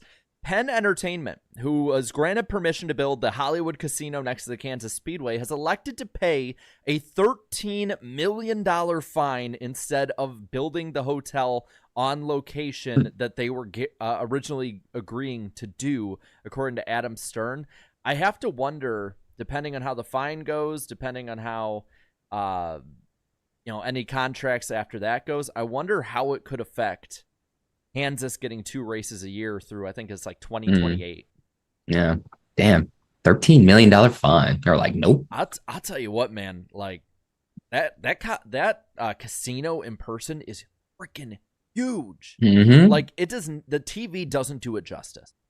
I'm gonna go out on a limb here and say that it being a casino, $13 million is nothing to them. Yeah. I don't know anything about casinos. I live up in Dallas now, and when I drive across the Oklahoma border, there's the WinStar Casino, and that thing is massive. You see from the freeway, I don't even know how to describe it. It is like a cruise ship in the middle of nowhere. With all the lights on it and stuff like that. And it's decked out with it has like a Roman Coliseum building, a Statue of Liberty, Empire State. Yeah. It's like Vegas in the middle of nowhere, Oklahoma. We've got one right at the Kentucky-Tennessee border along I-65, and there was a drive-in movie theater that was there for years. They recently had to close because the lights of the casino was just getting beat so much it was messing up with what they could do. And also growing up in Vegas, you see casinos everywher. So nothing. Yeah. Darian's like, y'all are desensitized. Like everyone like they're all like, oh yeah, this was so huge, blah blah. I'm like, yeah. Well, I've been to Vegas. I've seen some obviously big casinos there, but this WinStar, I'm just massive. Darian is to casinos the way I am to John Deere tractors. Wait, John Deere, or is it John Deere? Season 1. Mm-hmm. Ludacris will be headlining the music festival at Gateway that coincides with the Cup weekend, along with plenty of other different musical acts, including Tim Duggar. He snuck his way onto that poster. Gosh damn it! snuck his way on the list. Oh man. We want to congratulate somebody I think we're all good fans of here, because Doug Rice has announced that 2024 will be his 36th and final season of radio broadcasting for the Performance Racing Network. And I think I can speak for all of us that we have all grown up with his voice. And yeah. That's just, it's... Dude, oh, I'm sorry. Yeah, it's crazy. Like, I sent him a DM and stuff. I've had the privilege to talk with him and stuff too. He's been awesome, giving me advice whenever I've asked for it. But yeah, PRN, it is not going to sound the same at all. Not even close. It's going to be he's one of those commentators you simply can't replace at all. So Doug Rice, hell of a career. See, I'm used to hearing his voice more so than the MRN people. And it's funny, in the grand scheme of things, I think you think of MRN being maybe the more well-known one, but I think of PRN a lot more because I went to a lot more SMI tracks throughout my time. So you hear PRN because they're contracted with SMI. Yeah. So I don't know. It's just going to be crazy not to hear Doug's voice anymore. Yeah, it's going to be crazy not to hear like him saying, "This is PRN, the Performance Racing Network." Gosh, it's going to be weird. No, I think he's got he's like the top role at PRN. He's like the president, I think, or chairman. I haven't seen if he's necessarily stepping away from that role, but he's at least stepping away from the on-air talent role. Yeah. I'm sure he has I'm sure he's going to play a way bigger role behind the scenes. I'm sure. I'm just glad so many people appreciate him, because there's so many times that we don't. I feel like it's NASCAR fans, and we've kind of learned this over the years of some announcers not being up to the standard we want. We have really been spoiled with great on-air personalities, both just personality wise, but also like just talent wise. We have been so spoiled. And can I just take 1 second to say this too, since we're giving our props to Doug. Also, just want to give props to Claire B. Lang for her many years of what she did, especially with the Sirius XM people. Ultimately, she's not with them now. She's said a few times she's looking forward to the next chapter. So it sounds like she's got some things she's working on. Not sure what the next chapter is, but Claire is another one of those voices that we all grew up hearing. So I had the pleasure of meeting and talking with Claire quite a few times in the media centers over the last couple of years. So a lot of people we grew up with. It's sad to see him kind of stepping down a little bit. Well, it's changing of the guard. Well, it's safe to say the chat, they have a replacement in mind, but yeah, we'll see. We'll see. Yeah. Oh yeah.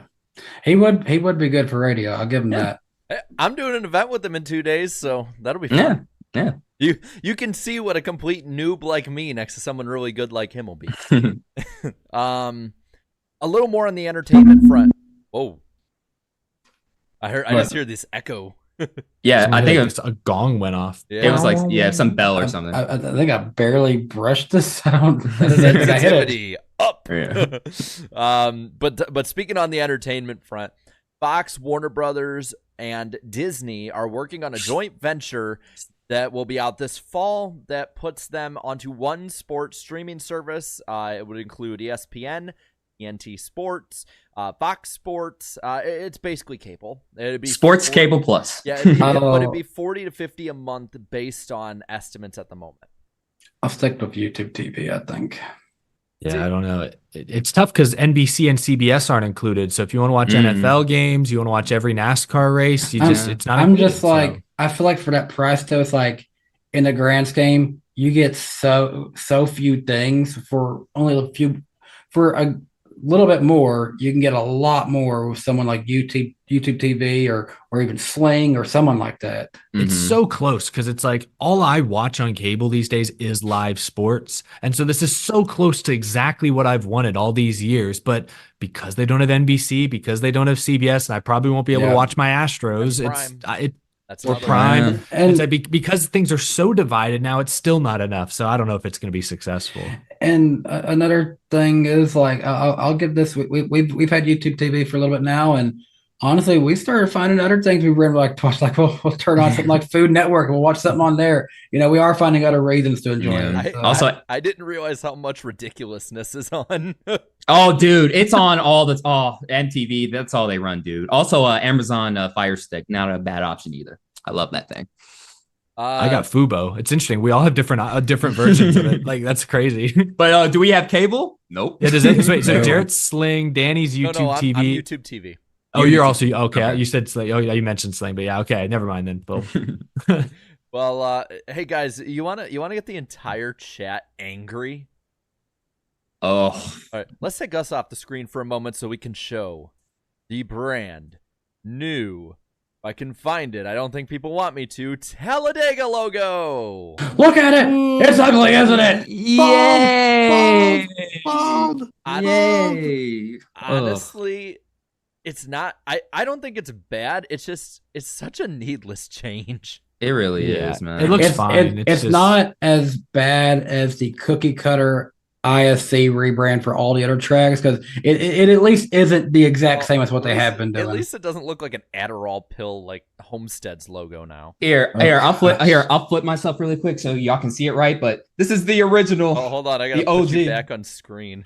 This is the OG one right here. The original. I don't know why, but when you set up, are you saying you're gonna flip yourself off for a second? No. I'm gonna flip my camera so y'all can see it right way. What was that you saw earlier, Darren? You sent us something about the A's in the new Talladega logo. What was that about? I'm not. Don't stop. Danny, You're gonna get me in trouble.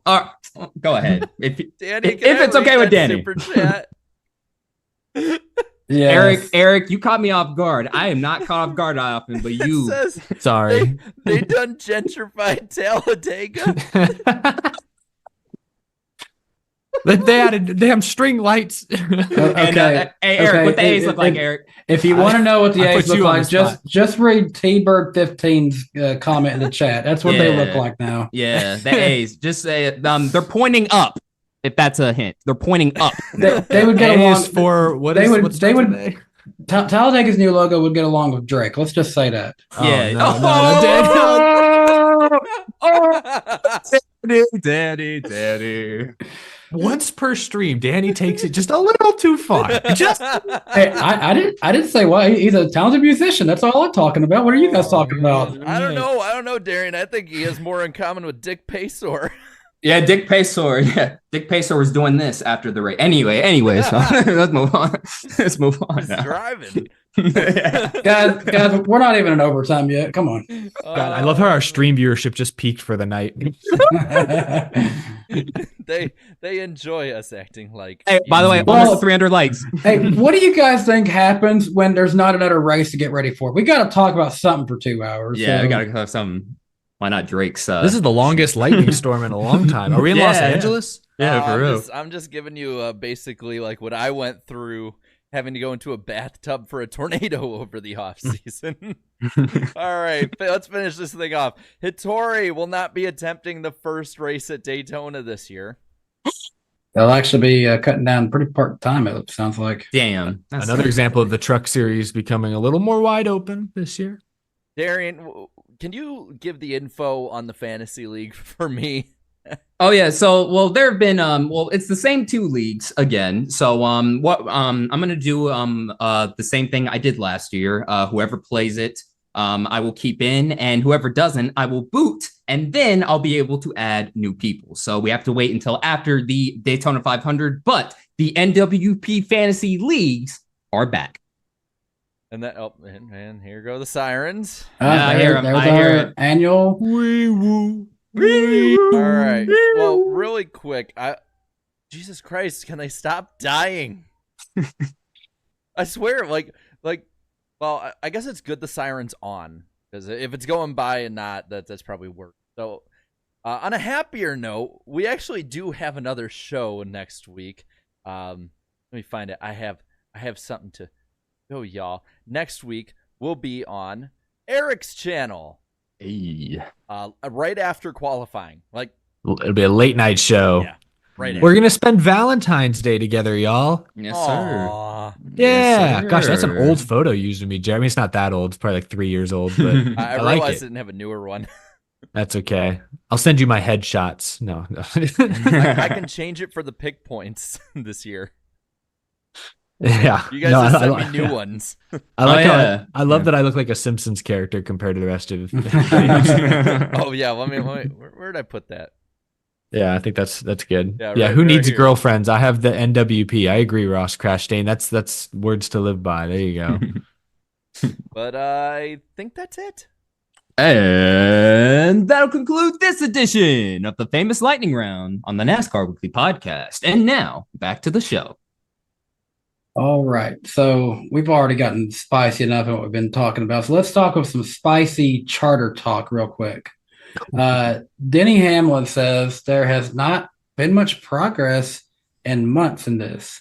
And also Adam Stern has been reportedly saying that NASCAR could cease the team's charters if no agreement is reached by 2025. What do we think, guys? What do we think? What does anyone really think about this? Smoke and Man, mirrors. I mean, at the end of the day, this doesn't really impact me as the fan, the viewer. I guess it's more Unless just on they the- start it's just on acting the out. business side. Yeah. Yeah, like if we get to the point where they're staging demonstrations and protests like the drivers and Well, teams are, then But what would they do? Would they just all start? Would they just say, "Hey, we're not going to race. Actually, we're just going to do burnouts on the track and kill our cars"? I mean, hey, yeah, I'm just saying, IndyCar, they had, a little disagreement back in the day too. And, now we're not to that point yet, but let's just, let's get the deal done already. Come on. yeah. Hopefully they get something done.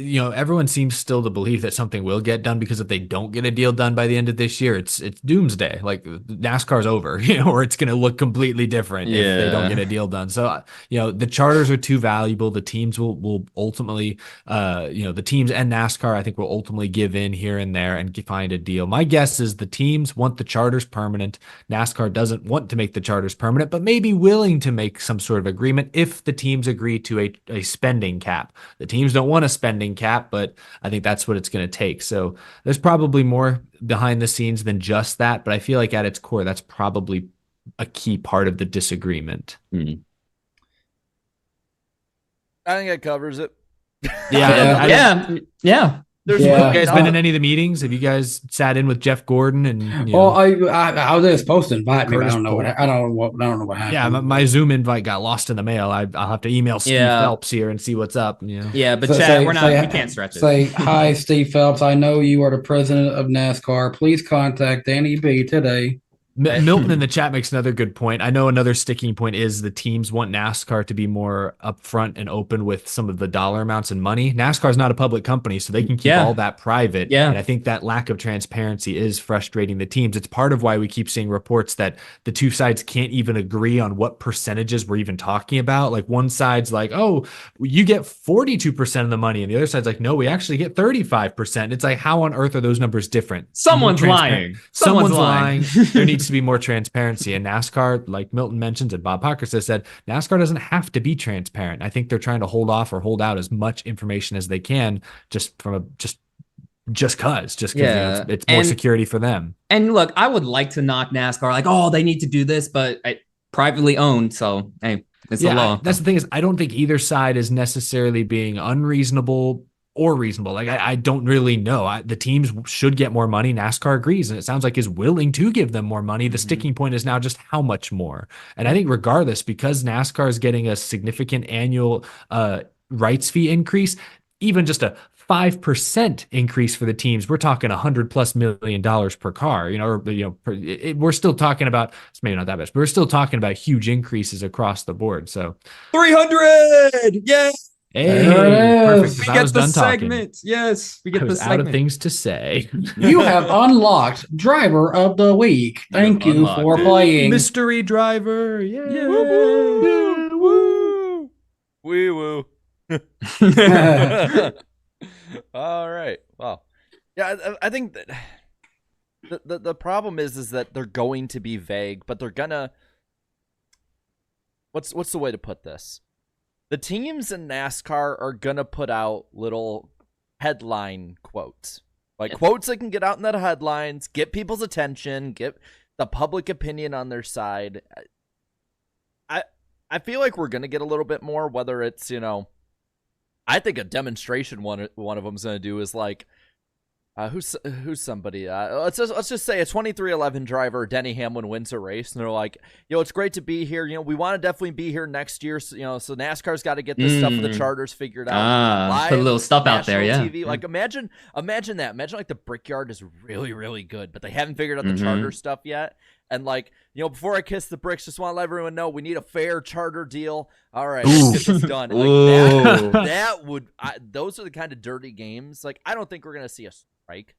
I don't think we're gonna see like Squidward with his bullhorn out there. But I wouldn't be surprised if we see just little cheap shots, little things, death by 1,000 cuts kind of thing. Yeah. No, I'll be more concerned once we start seeing those jabs being thrown. I could see something like every driver skips the drivers meeting 1 week. That'd be a big one. But like, that would be a knockout. That would be. What are you doing? We all go to the rear. I mean, I'm not trying to say it's a bad way. I've sat in on a driver's meeting before, and I don't know what really they're actually like getting at that point of those, because it's a meet and greet for VIPs, sponsors, and celebrities. Pretty much. They literally walk in, they watch the same video that they see every week, and I think the last one I was in, the video wasn't even working right, so they couldn't even play it. It wasn't. Hey, we were there. It wasn't. Eric, look what Cito put in the chat. Yeah, Squidward. I did that like after that show. I like walked out and did that with Riss, and she got so much. She's like, Jarrett, I'm going to hit you if you keep doing that. I'm just like, yeah, Squidward. That's a good one. Yeah, don't get on her bad side. But yeah, that's the charter situation. I don't really have anything else to say about it. Yeah. Do we want to do the mystery driver segment now, or do we want to wait until the end of the show? So let's give us some suspense. Oh, you want? Okay. We'll do this next segment, and then we'll do that, because they did do a good job of unlocking it. So we'll give it to them right after this next segment, which is Taking a look at our 2024 NASCAR playoff predictions. Playoff time. Playoffs. Unfortunately, in NASCAR, yes. Playoffs. I'm gonna be pretty straight honest with you guys. We were very, very close in what we picked actually for all of this. There's a few key names we disagree on, but if I'm not mistaken, the four of us have 14 of our 16 drivers exactly the same. Danny, you want to read those off? Yes, 14 of us all.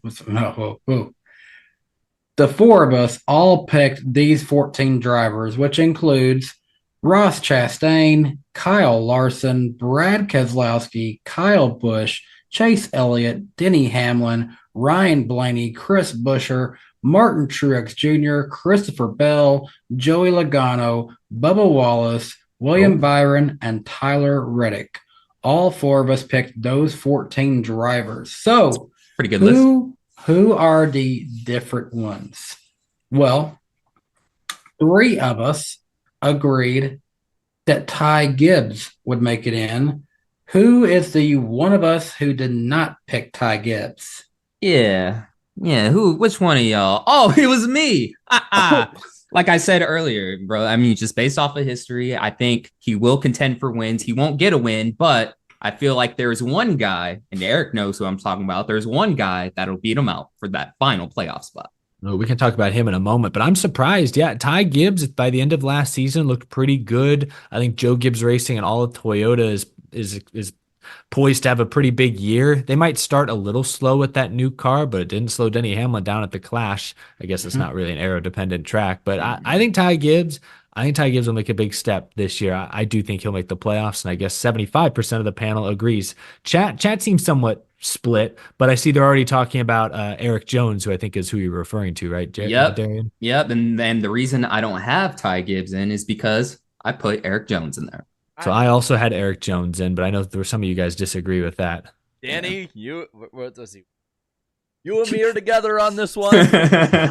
Yeah. So me and Jarrett, as hard as I am on him at times, I did pick Alex Bowman to make the playoffs this year. As did I.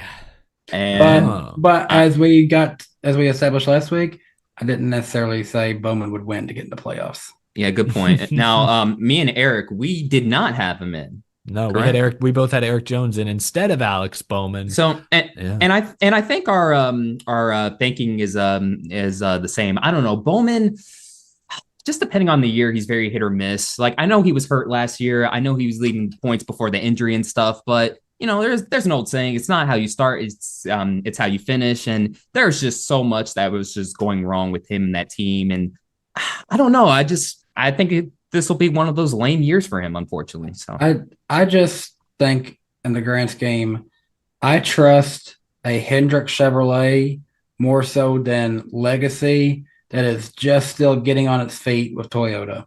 That's the way I see it.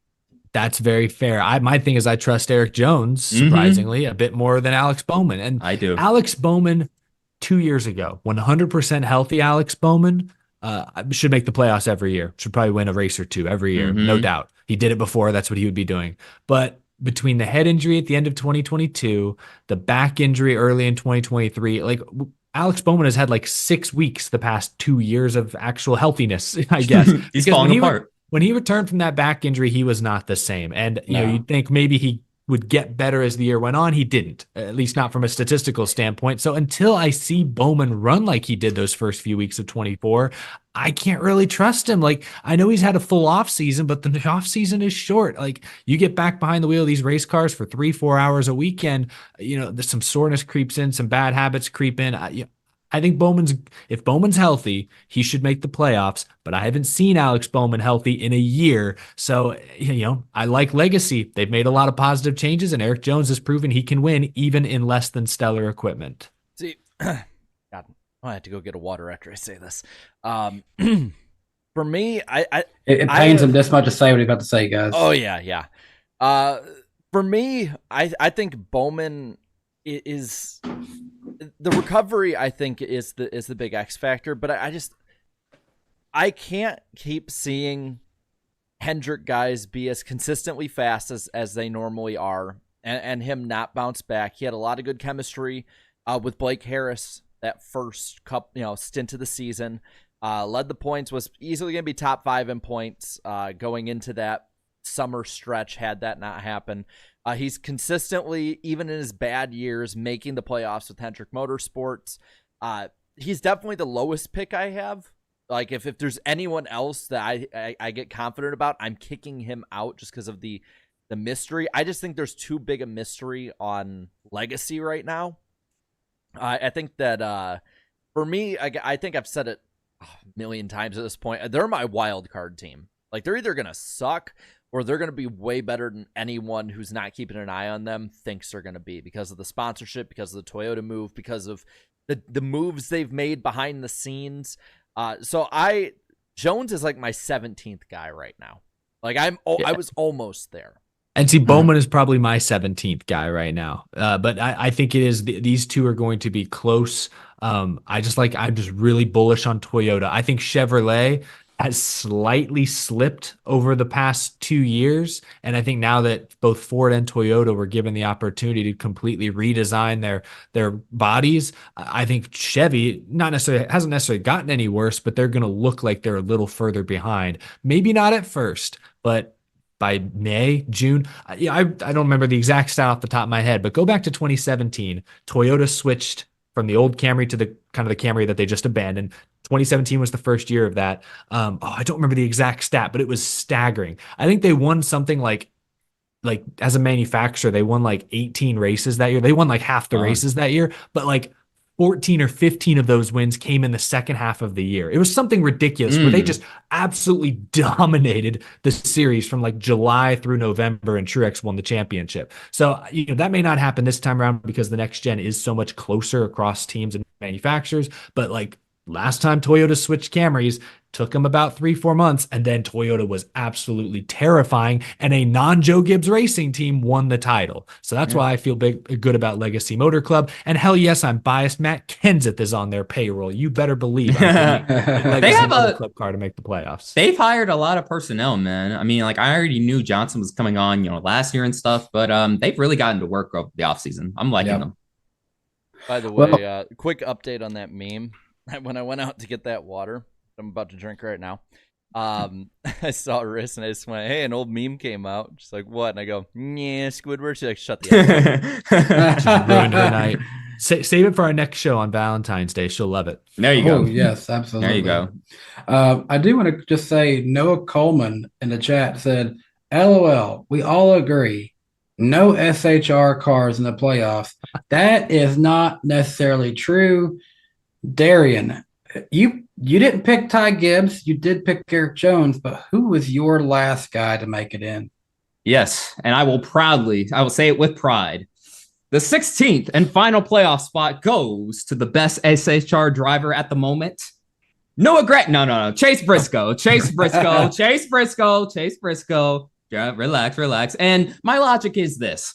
It's the NASCAR playoffs. We all know how chaotic it can be. We all know that there's usually 2, maybe 3 drivers who shouldn't be there. And I feel like this year it'll be Chase Briscoe.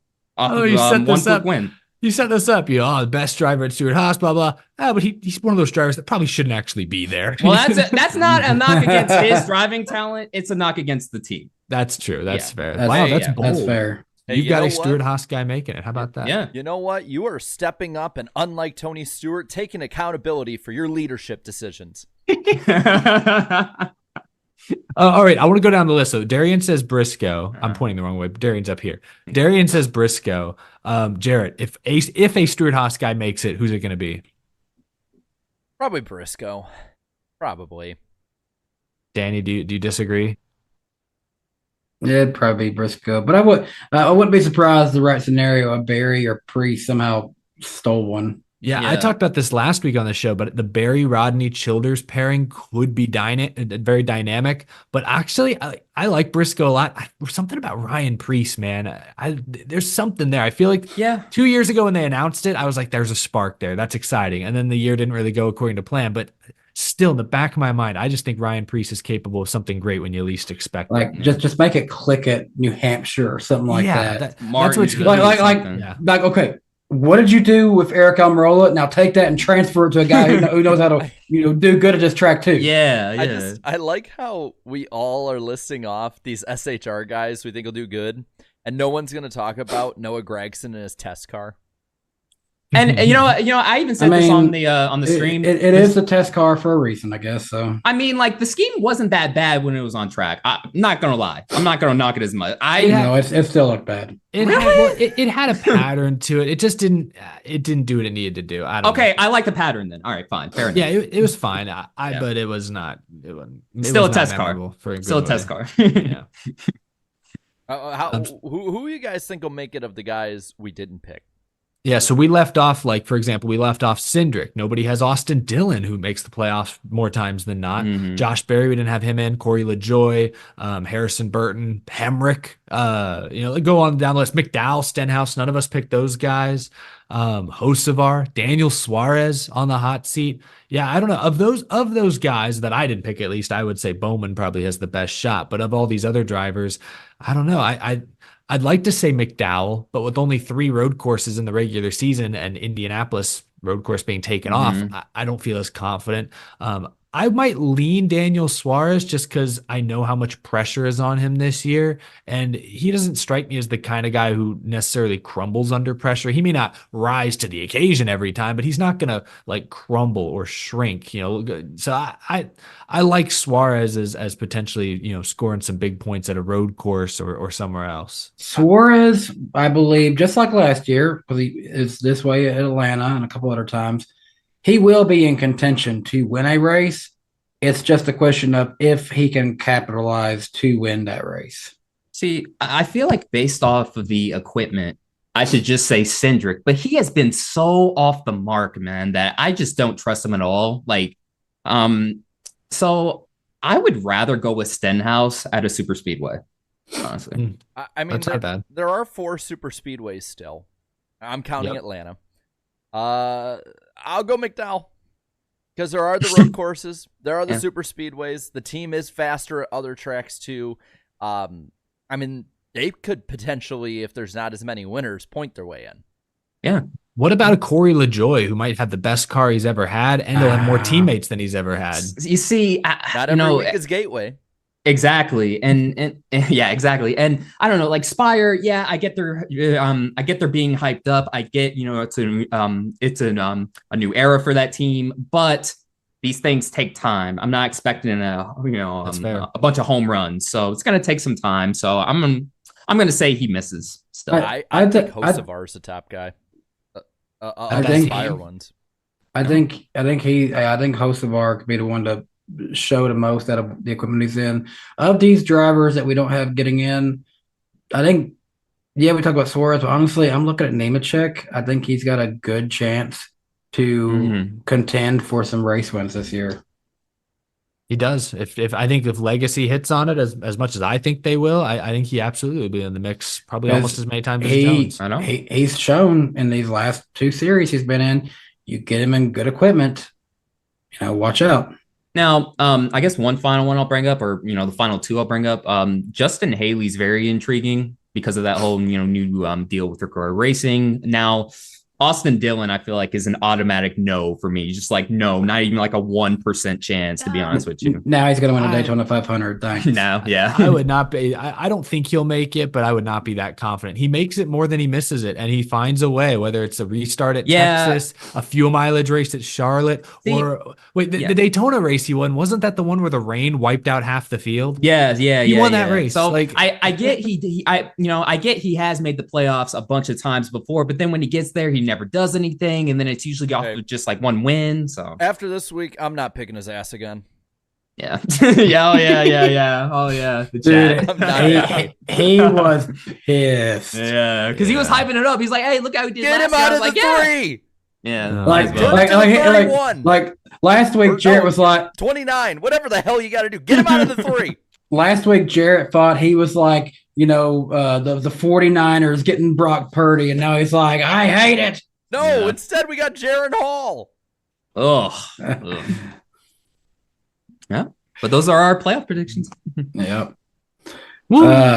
So we're gonna bump up one more segment, and it's time for Darian. You can introduce these things now.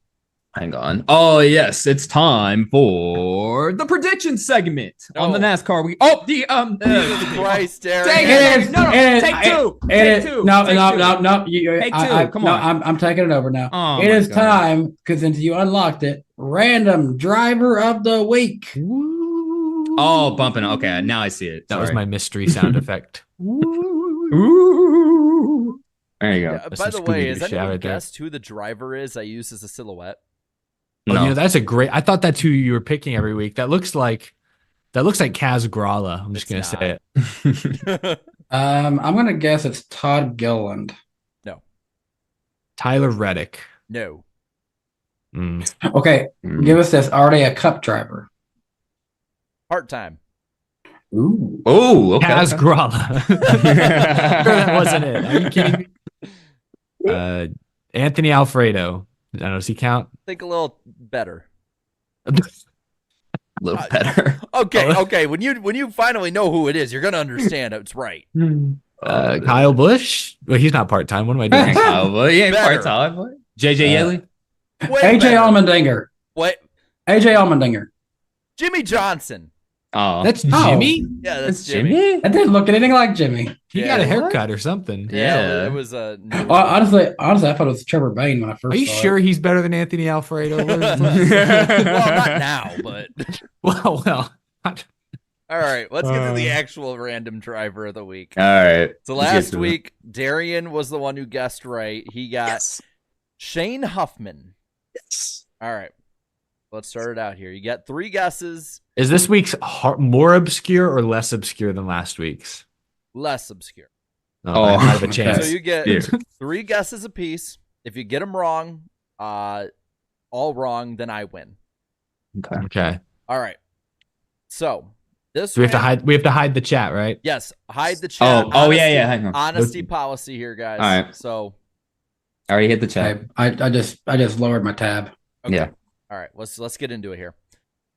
This random driver currently lives in Miami Beach, Florida, via his LinkedIn account. Okay. This random driver is a guest speaker and mentor with the Boys and Girls Club. This random driver was briefly, and I mean very briefly, an analyst for NBC Sports NASCAR coverage. By the way, I have 22 clues, so if you get it early, I'm not reading them all. Okay. I'll take one guess right now. No, actually, never mind. I back up. Are you allowed? Keep going. Are we allowed to ask? Is it recent NBC coverage or Define recent. since 2015 or whenever they got? Yes. Oh man, I should this. You know, I'll take one. Parker Kligerman. Nope. I was thinking Kligerman. That was what I was thinking. So All right. thank you for All taking right. one for the team, Mine. Darian. Yep, -1. This random driver has only made starts in Cup and Xfinity, never a truck start. Ooh. I should have waited. Yeah, that one would have got you. Yeah. All right. This JJ Yaley. No, I Wrong. don't. Wrong. All right. Well, there's one. I got 2 to burn. Yeah. This random driver won his one and only ARCA start with a win at Sonoma. Oh, that's this hat. Oh, come on. AJ Allmendinger. Nope. Oh, that's a good guess, actually. Oh, That's a good guess. Dang it. Ugh. Oh, this is killing me, dude. Man. This random driver was sponsored by Tax Act in his final NASCAR start. I only remember Myatt Danica. Snyder. Say it What again. did you say? I guess Myatt Snyder. No. So you got one more now. His dad works at NBC. I thought that was a good Yeah. guess. I only remember them with Danica. Dang it. Yeah. All right. This random driver also crashed out of his last start. Are you sure it's not Myatt Snyder? I'm kidding. I'm sure. You sure? You sure it's not Danica? Danica is not a man. Oh, well, we established that. Okay. This random driver only has 3 NASCAR Xfinity Series wins. Oh, They've how won are we there. not getting this? This random driver has a family member who is much more well-known in pop culture, especially in recent months. Is it Trevor Bayne? No. So you're all at 2, right?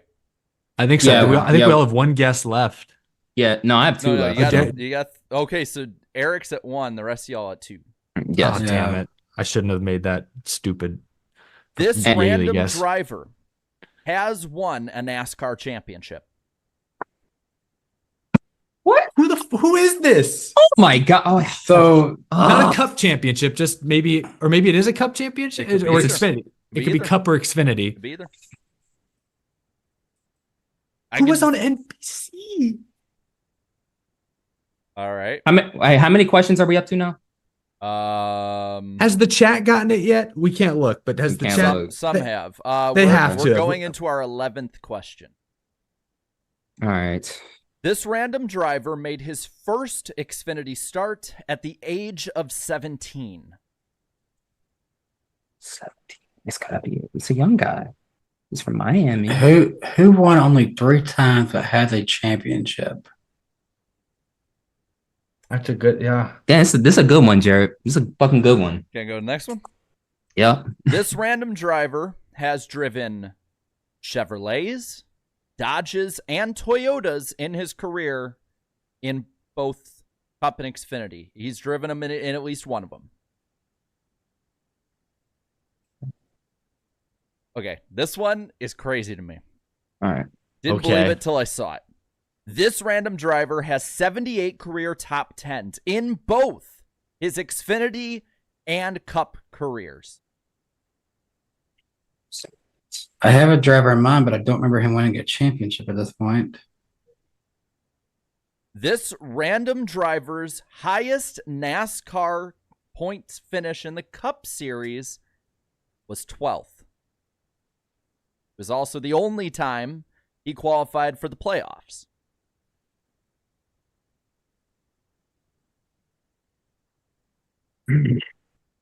These are like recent, man. This random driver also only has 3 career Cup wins, all of which are with different teams. Okay, I might regret wasting my last guess, but is it Elliott Sadler? No, it is not. Oh, wait, hold on. Joe Nemechek? No, it is not. So how many do you guys have left? One more. I said one. I'm out. I'm out. All right. Man. This How in the- random driver's first Cup win was one of the most controversial in NASCAR history. Since I'm out, I can look at the chat again. Oh, Controversial. It's 3 wins. Man. no, it's not him. Damn. 3 wins. 7, All right. 8, 12. All right, go again. This random driver is a NASCAR Xfinity Series champion.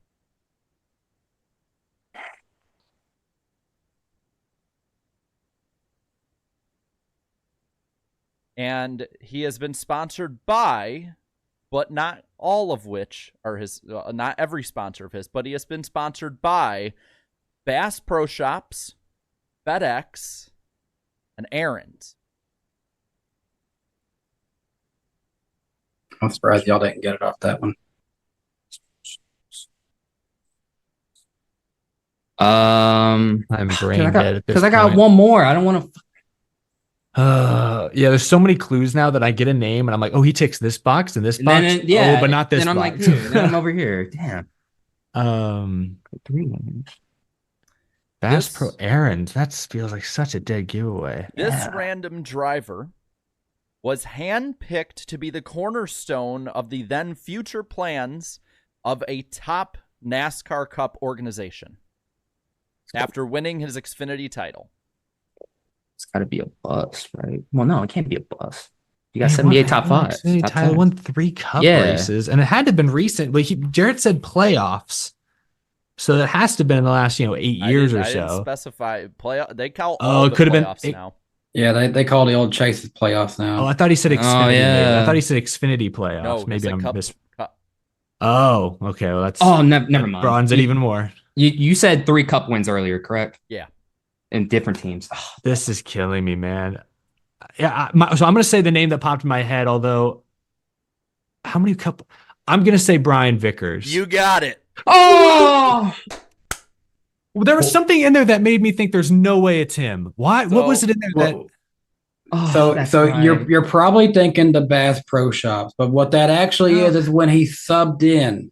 Oh, I my didn't think about that. God. No, there's something early on. Like I don't remember him being Family with member NBC one? for. Oh, you His know what? wife? That had me completely thrown off. Oh. Yeah, that had me completely thrown off. But more, it was I don't remember him being with NBC, and It was very brief. He was on like their little NASCAR Today NASCAR shows America, or whatever. and Yeah, Oh. he America. was in Yeah. some Xfinity race coverage. So the other His time with NBC was brief for the obvious reasons. wasn't Now it? that yeah. I'm afraid to look back at the chat. They were probably crapping they're on us roasting me so here. hard. they were. I was Oh Yeah. my God. That's So- nuts. the other clues would have been that he had driven for Gibbs, Hendrick, Stewart Haas, and Red Bull, and MWR. And after that, it would have been his 3 cup wins came at Talladega, Michigan, New Hampshire. And then the other one would be he was the only driver to qualify for the chase for Red Bull. Yeah. Yeah, I would have no, never. when you said Aaron's, I was like, how did that not give it away? Because he's Well, one of I the few think- drivers that actually got them a win. So that's Yeah. what it was. Yeah. I was thinking he made the Xfinity playoffs, so I was thinking it had to be a much younger guy. Yeah, and then when yeah. you clarified that it was like, oh no, he made the Cup playoffs like Chase. I'm like, oh, that opens it back Yeah. up. That's when I was like, okay, I'll bring my Vickers. So pick in there. that year he was 12th was when 12th was last in the chase, but that was the 09 season, right? Yeah, with Yes. Red Bull. Yep, with Red Bull. That's right. And Chrome Diesel in the chat says, Darren, you covered a video about his forgotten 2003 Busch Championship. I know. I feel even worse. Yeah, the controversial win. I immediately thought of 2 things. I was trying to think of the what was that win? I was trying to think of the race where they said where I think Regan Smith won. They said Brennan Poole went below the double yellow line or whatever. And then I was trying to think, and then I did think of Vickers and the wrecking Junior and Jimmy and all them. But See, I was I just thought he was too old. I would. Yeah. So Vickers win at Michigan in 09. Jarrett and I should remember this one very good because Junior was on the run. He was on the run Mhm. from Hades because he had the freshest Mhm. gas, freshest tires, but they just ran out before he could get to the lead. Yeah, he was coming, man. But- That was great. What's crazy is it took us 2 minutes to get Stanton Bear. Oh no, who was it? Who was it last week? Shane Huffman. Shane Huffman, Huffman, not yeah. Stanton Bear. Shane Huffman, and it took us, an hour to get Brian freaking. Well, I'm that's- learning it's how I say the clues that Yeah. can extend it. Like, so you got to think of like little technicalities. But Yeah. All right. So me and Eric are tied. We're tied. I deserve half a point for that at best. you got it right. But You got it right. that All was. right. That was Well, fun. are we out of show? Like, do we have time for the last few segments? I think we only have one segment left, right? Yes. That's true. There's Now- no race this weekend. All right. Yeah, now it's the actual prediction segment. Sorry about that. But yeah, the accountability session, actually. So Yeah, so Jarrett, you're going to be keeping us all accountable this year. All right. Mhm. So just a refresher for anyone. In the prediction segment, we will each host be making 3 motorsports or NASCAR or show related predictions. We're going to keep track every week of our right and wrong predictions in the accountability session. Try to keep the predictions quantifiable, concise, and generally, if it's far in the future, keep it 2 to 3 years for now, just so we can keep track. As for accountability, it was by technicality. Since Eric and Danny didn't have anything come off the board, I'm technically the leader because I only got 1 wrong. I said the winner of the Clash would lead 70 or more laps. Denny Hamlin led 58. I think Ty Gibbs led 70 laps. He so- led like 80 something. Yeah, so you could have gotten it right there, but So I was wrong on that one. Darian said Chase Briscoe would battle for the wrong. win of the 24 Clash in the final lap of the race. Yeah. And Wait, I couldn't see him. Where was he? Where'd he go? Where'd he go? someone said one of my predictions has already aged poorly. Which one? which one? Which one? I don't One?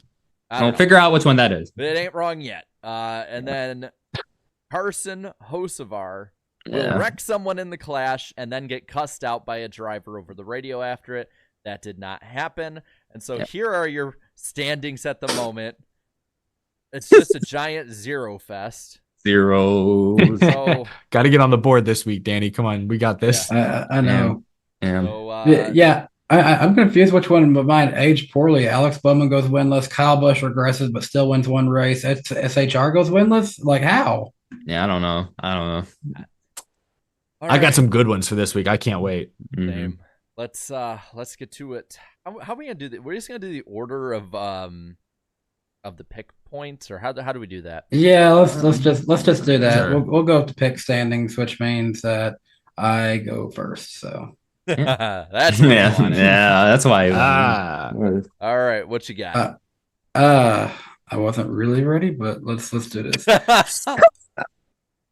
I'm gonna make a prediction that we on this show will get a driver to make some kind of appearance on the show before the Coke 600. Okay. That's a challenge. Okay. I'm cool with That's a that. little challenge. Yeah. I'm cool with that. All right, next would be Eric. This is a bold one. I'm excited about this one. I think BJ McLeod will qualify for the Daytona 500. Ooh. I think Mhm. one of those fast cars crashes out, and BJ will make it the way the 50 car snuck in last year. Arian's next. So I guess I'll continue with my Ty Gibbs opinions here. I think Ty Gibbs gets 4 runner-up finishes in 2023 in the Cup Series. So I'm gonna go a little borderline here. I think at least one driver in the Cup Series will trend on Twitter before November for some social or political reason because it's an election year. yeah. Ooh. Yeah. Good Fingers one. crossed. Let's hope not. I hope Good one. not. I hope I am wrong, but But I've you seen know, the last 2 election cycles, and we went 2 Yeah. for 2. yeah. Can we go 3 for diff? All right, Danny, you're up with round 2. I'm actually going to go on a very similar note to what Jarrett just said. Did I say 23? I meant 24. If I said 23, my bad. Okay. 24, yeah.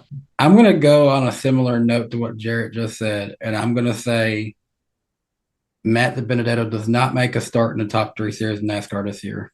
Ooh. Dang. Not a Okay. single start. Oof. Dang. All right. I'll go a little more positive, perhaps. Toyota, I believe, went winless at super speedways last year, and maybe even the year before that. I think Toyota wins 2 or more super speedway races this year. They've got more numbers than they've had in the past. Mm. All right. So this is about one of the underdog teams, but one of the team owners certainly isn't an underdog. Floyd Money Mayweather. Yes, that's right. The money team will go full time within 2 years. All right. That's a wild one. In light of this recent weekend, I think at least one crown jewel, so Daytona 500, Coke 600, Brickyard 400, or Southern 500, one of those 4 will be delayed by rain in 2024. Now, That just write that in as a check. That's gonna happen. it can literally be a 5, 10, 15-minute delay. It can be a day. It can be whatever. What happens if they move the race up like they did the Clash? That's not a delay. That's not a technically. delay then. That's not a delay. So I would be wrong. It'd be a bad beat on my end. All right, so I'm going to lead us off again in this third one, and I'm going to say there's a lot of unknowns about him right now, but I'm actually going to be bold and say Daniel Suarez will get a contract extension for 2025. Danny, man, I almost regret making this prediction now after the cockiness Danny opened the stream with. But Danny, I'll go to bat for you for a moment. My final prediction is that Danny B will be leading the pick points by the end of the West Coast swing. There you go. Ooh. Nice. Okay. I guess I'll be needing this for a little while. Hold on to it for the next month. Acknowledge him. Okay. I'm going to say for my third and final prediction, by the halfway point, I'm going to say that we have 2 SHR cars, 2 contending for a playoff spot. That's right. At the halfway point. Are they like so in the top 16 or? So they're just they're barely on the outside looking in by the halfway point. Like 20th or higher. I would say 17th to 19th. So let's just say 19th or better. 19th or better. Basically, 19th or better. Yeah. Okay. I'll go positive. I think the last 2 I did were pretty negative. So I'm going to say this, and fans will rejoice if this happens. Carl Edwards will be spotted at least one NASCAR weekend, whether he is part of a ceremony or anything like that or not. He'll be at least one in 2024. He was at a couple last year, wasn't he? So that's pretty fair. Yeah, he was at 2, and we were both there. We were at. You should go real bold. You should go real bold, Jarrett. Carl Edwards will wear a fire suit publicly in 2024. Oh, dude! I was like, off the record, I think it's Iowa. That would be my choice. Ooh, I'm not saying he's going to race. I'm not saying he's going to race. I'm just saying maybe for a promotional thing, whatever. He's going to be seen wearing a fire suit. He is driving the pace car. He would be trolling if he did that. I'm saying Iowa off the record. It's not part of the prediction because he was part of the most famous finish there. Yeah. Oh, that's right. And it's the house. Yeah. If they're going to have anything historic to bring to NASCAR fans, that would be it. They should recreate the finish before the race. They're going to have Ricky Stenhouse blow his motor, and Carl Edwards going to hop in a car. Recreate it. Yeah. Redo it. Have everyone cheer the same as well. Yeah, he did it again. If I Stenhouse would won tell again. you back then that Ricky Stenhouse Jr. would have more Daytona 500s than Carl Edwards, you wouldn't believe me. For sure. Wow. But yeah, that about covers it. Yeah, I'm like these new segments. I'm loving them. I hope the chat loves them. Yeah, I don't know what else you want us to talk about. It's kind of interesting. We don't have a race to talk about, so we're kind of wait. Who do you got in the Super Bowl? 49ers. Panther. Who's playing? The Chiefs and the Niners. I would go. I guess I'll go Chiefs. It's going to end of a big old smooch between Taylor Swift and Kelsey, isn't it? Man, listen, as much as I want the 49ers to win because they knocked out the Packers and those cocky-ass Lions fans, we don't get anything nice in NFL anymore, especially this year. So it's going to be Chiefs, and I'm going to say 31-13, so it can be the inverse of Taylor Swift's favorite number. There you go. Also, I don't know. It's just numerology, stupid crap like that. We don't get anything nice. It's going to be the Chiefs. And that would be Mahomes' 4th Super Bowl win. I'm like, he's still so young, and he would already have 4 rings. He's on the way to he could beat Brady. Oh no, I'm sorry, not his 4th Super Bowl win. I'm sorry, his 4th Super Bowl appearance. This could be his 3rd win. My bad. 3rd. Still, he could hit Brady in the next couple of years. Because he's already up there with Manning. He was in 4 Super Bowls? Yes, or 3 Super Bowls. I thought he was in 4. I thought he had 2 of each team, and they only won. Oh no, 4. You're right. No, 4. 2006, 2009, 2013, and then 2015. Sorry about 09. Yeah. Yeah. For obvious reasons. Yeah. All right, I think we got super chats left. Man, 09 was not kind to you at all as a NASCAR or an NFL fan. I just realized that. It was a cruel and unusual punishment. Yeah. Meanwhile, the Rams went 1-15. And don't forget, I was a Cubs fan too. That wasn't exactly great. All I had was Derrick Rose. That's it. That's the only bright spot. All you knew was sadness. Yeah. All right, well, we're going to pick back up into the super chat segment of this. We last left off with Spencer Purcell. We're going to pick back up with Hunter Nixon Fishing. Appreciate the $4.99 from you, Hunter. Random off topic. Danny and Jarrett think they have it bad as Titans and Vikings fans. Try being a Falcons fan like me. Hey. You have Georgia, so I don't want to hear about crap from you. Well, I don't actually remember it, but I know of 98. Dude, y'all just need a quarterback. That's it. Relax. Hey, take Kirk from us, please. Yeah, Yeah, we're good. hey, you still have Georgia to back you up. I don't want to hear that. And you just signed Raheem Morris. He's awesome. So. All right. Snappy 452. Appreciate it. $2. $2 for our favorite pole dancer that's spelled Poll, relating to me of all the random polls. So Sleeve, you're kind of a new name. I've seen you live in the chat tonight. Appreciate the $9.99 from you. It took them 10 years to finish construction on the 405. Ain't no way they finish a NASCAR facility in under 5. My future kids will be old enough to become iceberg channel members before it's done. That's a great one. Wow. Marky Mark, appreciate the $2. The 2021 Daytona Clash at the road course was nice. It wasn't for me. The race was entertaining for the 5 people who were in the stands to see it. We were there. That was you guys? We were at the finish. Yeah, we were at the finish. Yeah. Austin Bland said, appreciate the $4.99. Quick discussion. If I told you that the truck series didn't exist in 10 years, would you be surprised? Why or why not? Much love. I think it's dead. No, because you can't afford it because everyone keeps wrecking. That's why. I wouldn't be surprised. It's not necessarily because to get rid of the truck series. It's that with the way the car market in general is going, there will eventually be something electric, and that will probably take over as the third series in NASCAR, I'd say.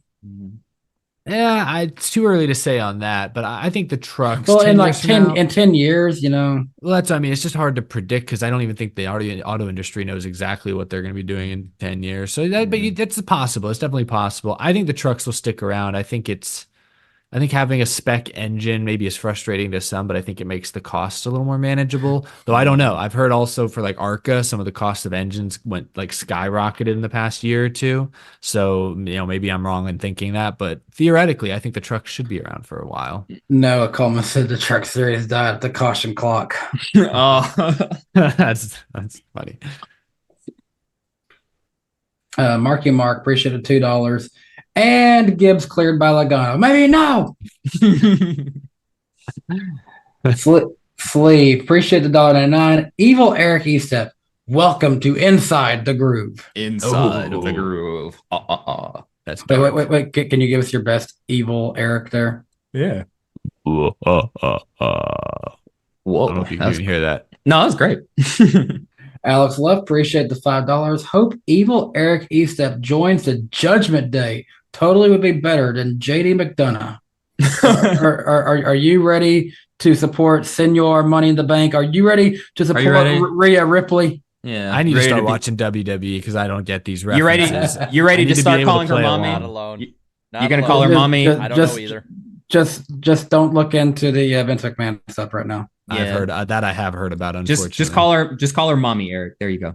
Oh, I don't know if I'm going to do that. Evil Eric Estep might, but not normal.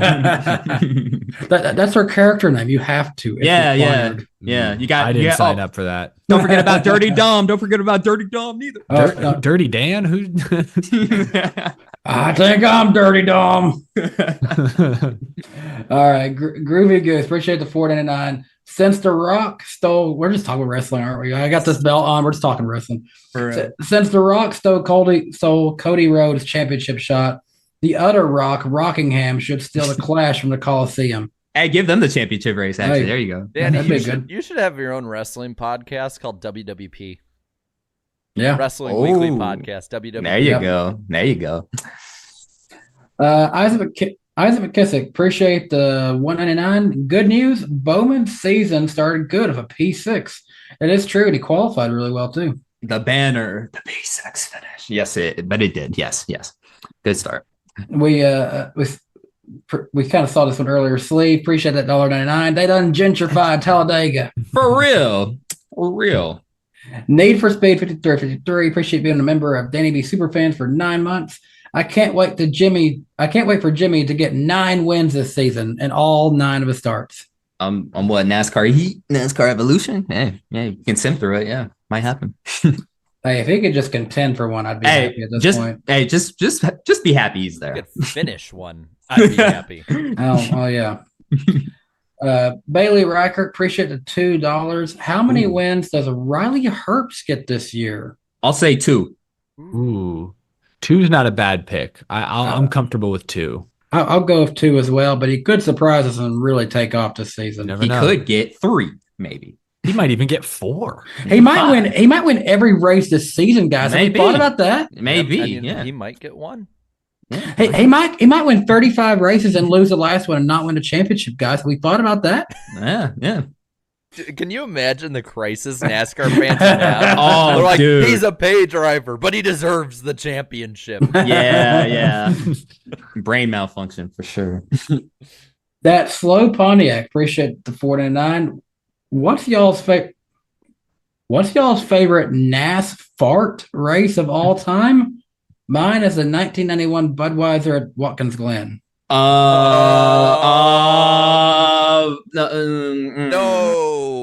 Let's just move on. Nah, move on with that. Move on with that. We'll explain it later, Dan. We'll just explain move on it with after the that. show. Is this another WWE reference? Nope. I wish We'll it explain. was. Nope. Just okay. That slow Pontiac left a lot of. No. Those other 2 look good. I think those other 2 are good. I'm gonna Okay. go and Yeah. look at the fan funding tab and see if I can. Yeah. We'll just to make sure. No. Oh, they're not. Oh, let's see. How far back are we going here? That's slow Pontiac. We appreciate all your donations. I will only read a handful. Where are we at? I'll only read a handful of your super chats, though. I do like the super chat he left about Denny Hamlin getting attacked by a greasy Hendrick. Yeah. Those ones. okay. Yeah. We like those ones. Prediction: Denny Hamlin gets attacked by a greasy Hendrick fan because he beat their favorite driver Alex Bowman by not even winning. Yeah. But I know what you did there with that first one though, so I caught it. And he left something about a hint for the random driver. You're right. All right, keep going. Okay. All right. Need for Speed 5353. Appreciate the $2. Petition to have Ty Dillon in the 3, maybe in the Xfinity Series. That's about it. I ain't no Cup. No, we ain't talking Cup. Neither should be. Sly Supersonic, appreciate the $3. Hi NWP. Hope Hamlin doesn't beat my driver again. Hello. Hi. That slow Pontiac $7.99. He will beat your favorite driver because he's him. Yes, he is. Indeed. Marky Mark, appreciate $2. RIP Toby Keith, favorite Toby Keith song. Mine is Who's That Man? My favorite one is courtesy of the Red, White, and Blue. Yeah. I was about to say that's mine. I want to too. talk about me. Want to talk about I. Want to talk about number one. Oh my me my. It's so hard though because he had so many hits. But there's also How Do You Like Me Now? I'm on my way. Damn, Dan, I was about to go to break in the song myself. I'll give you another one. Taliban song. That one's great. Yes. We'll put a boot in your ass. This is the American way. Well, that was courtesy. I know. Red, White, Blue. All of it mixes together for me.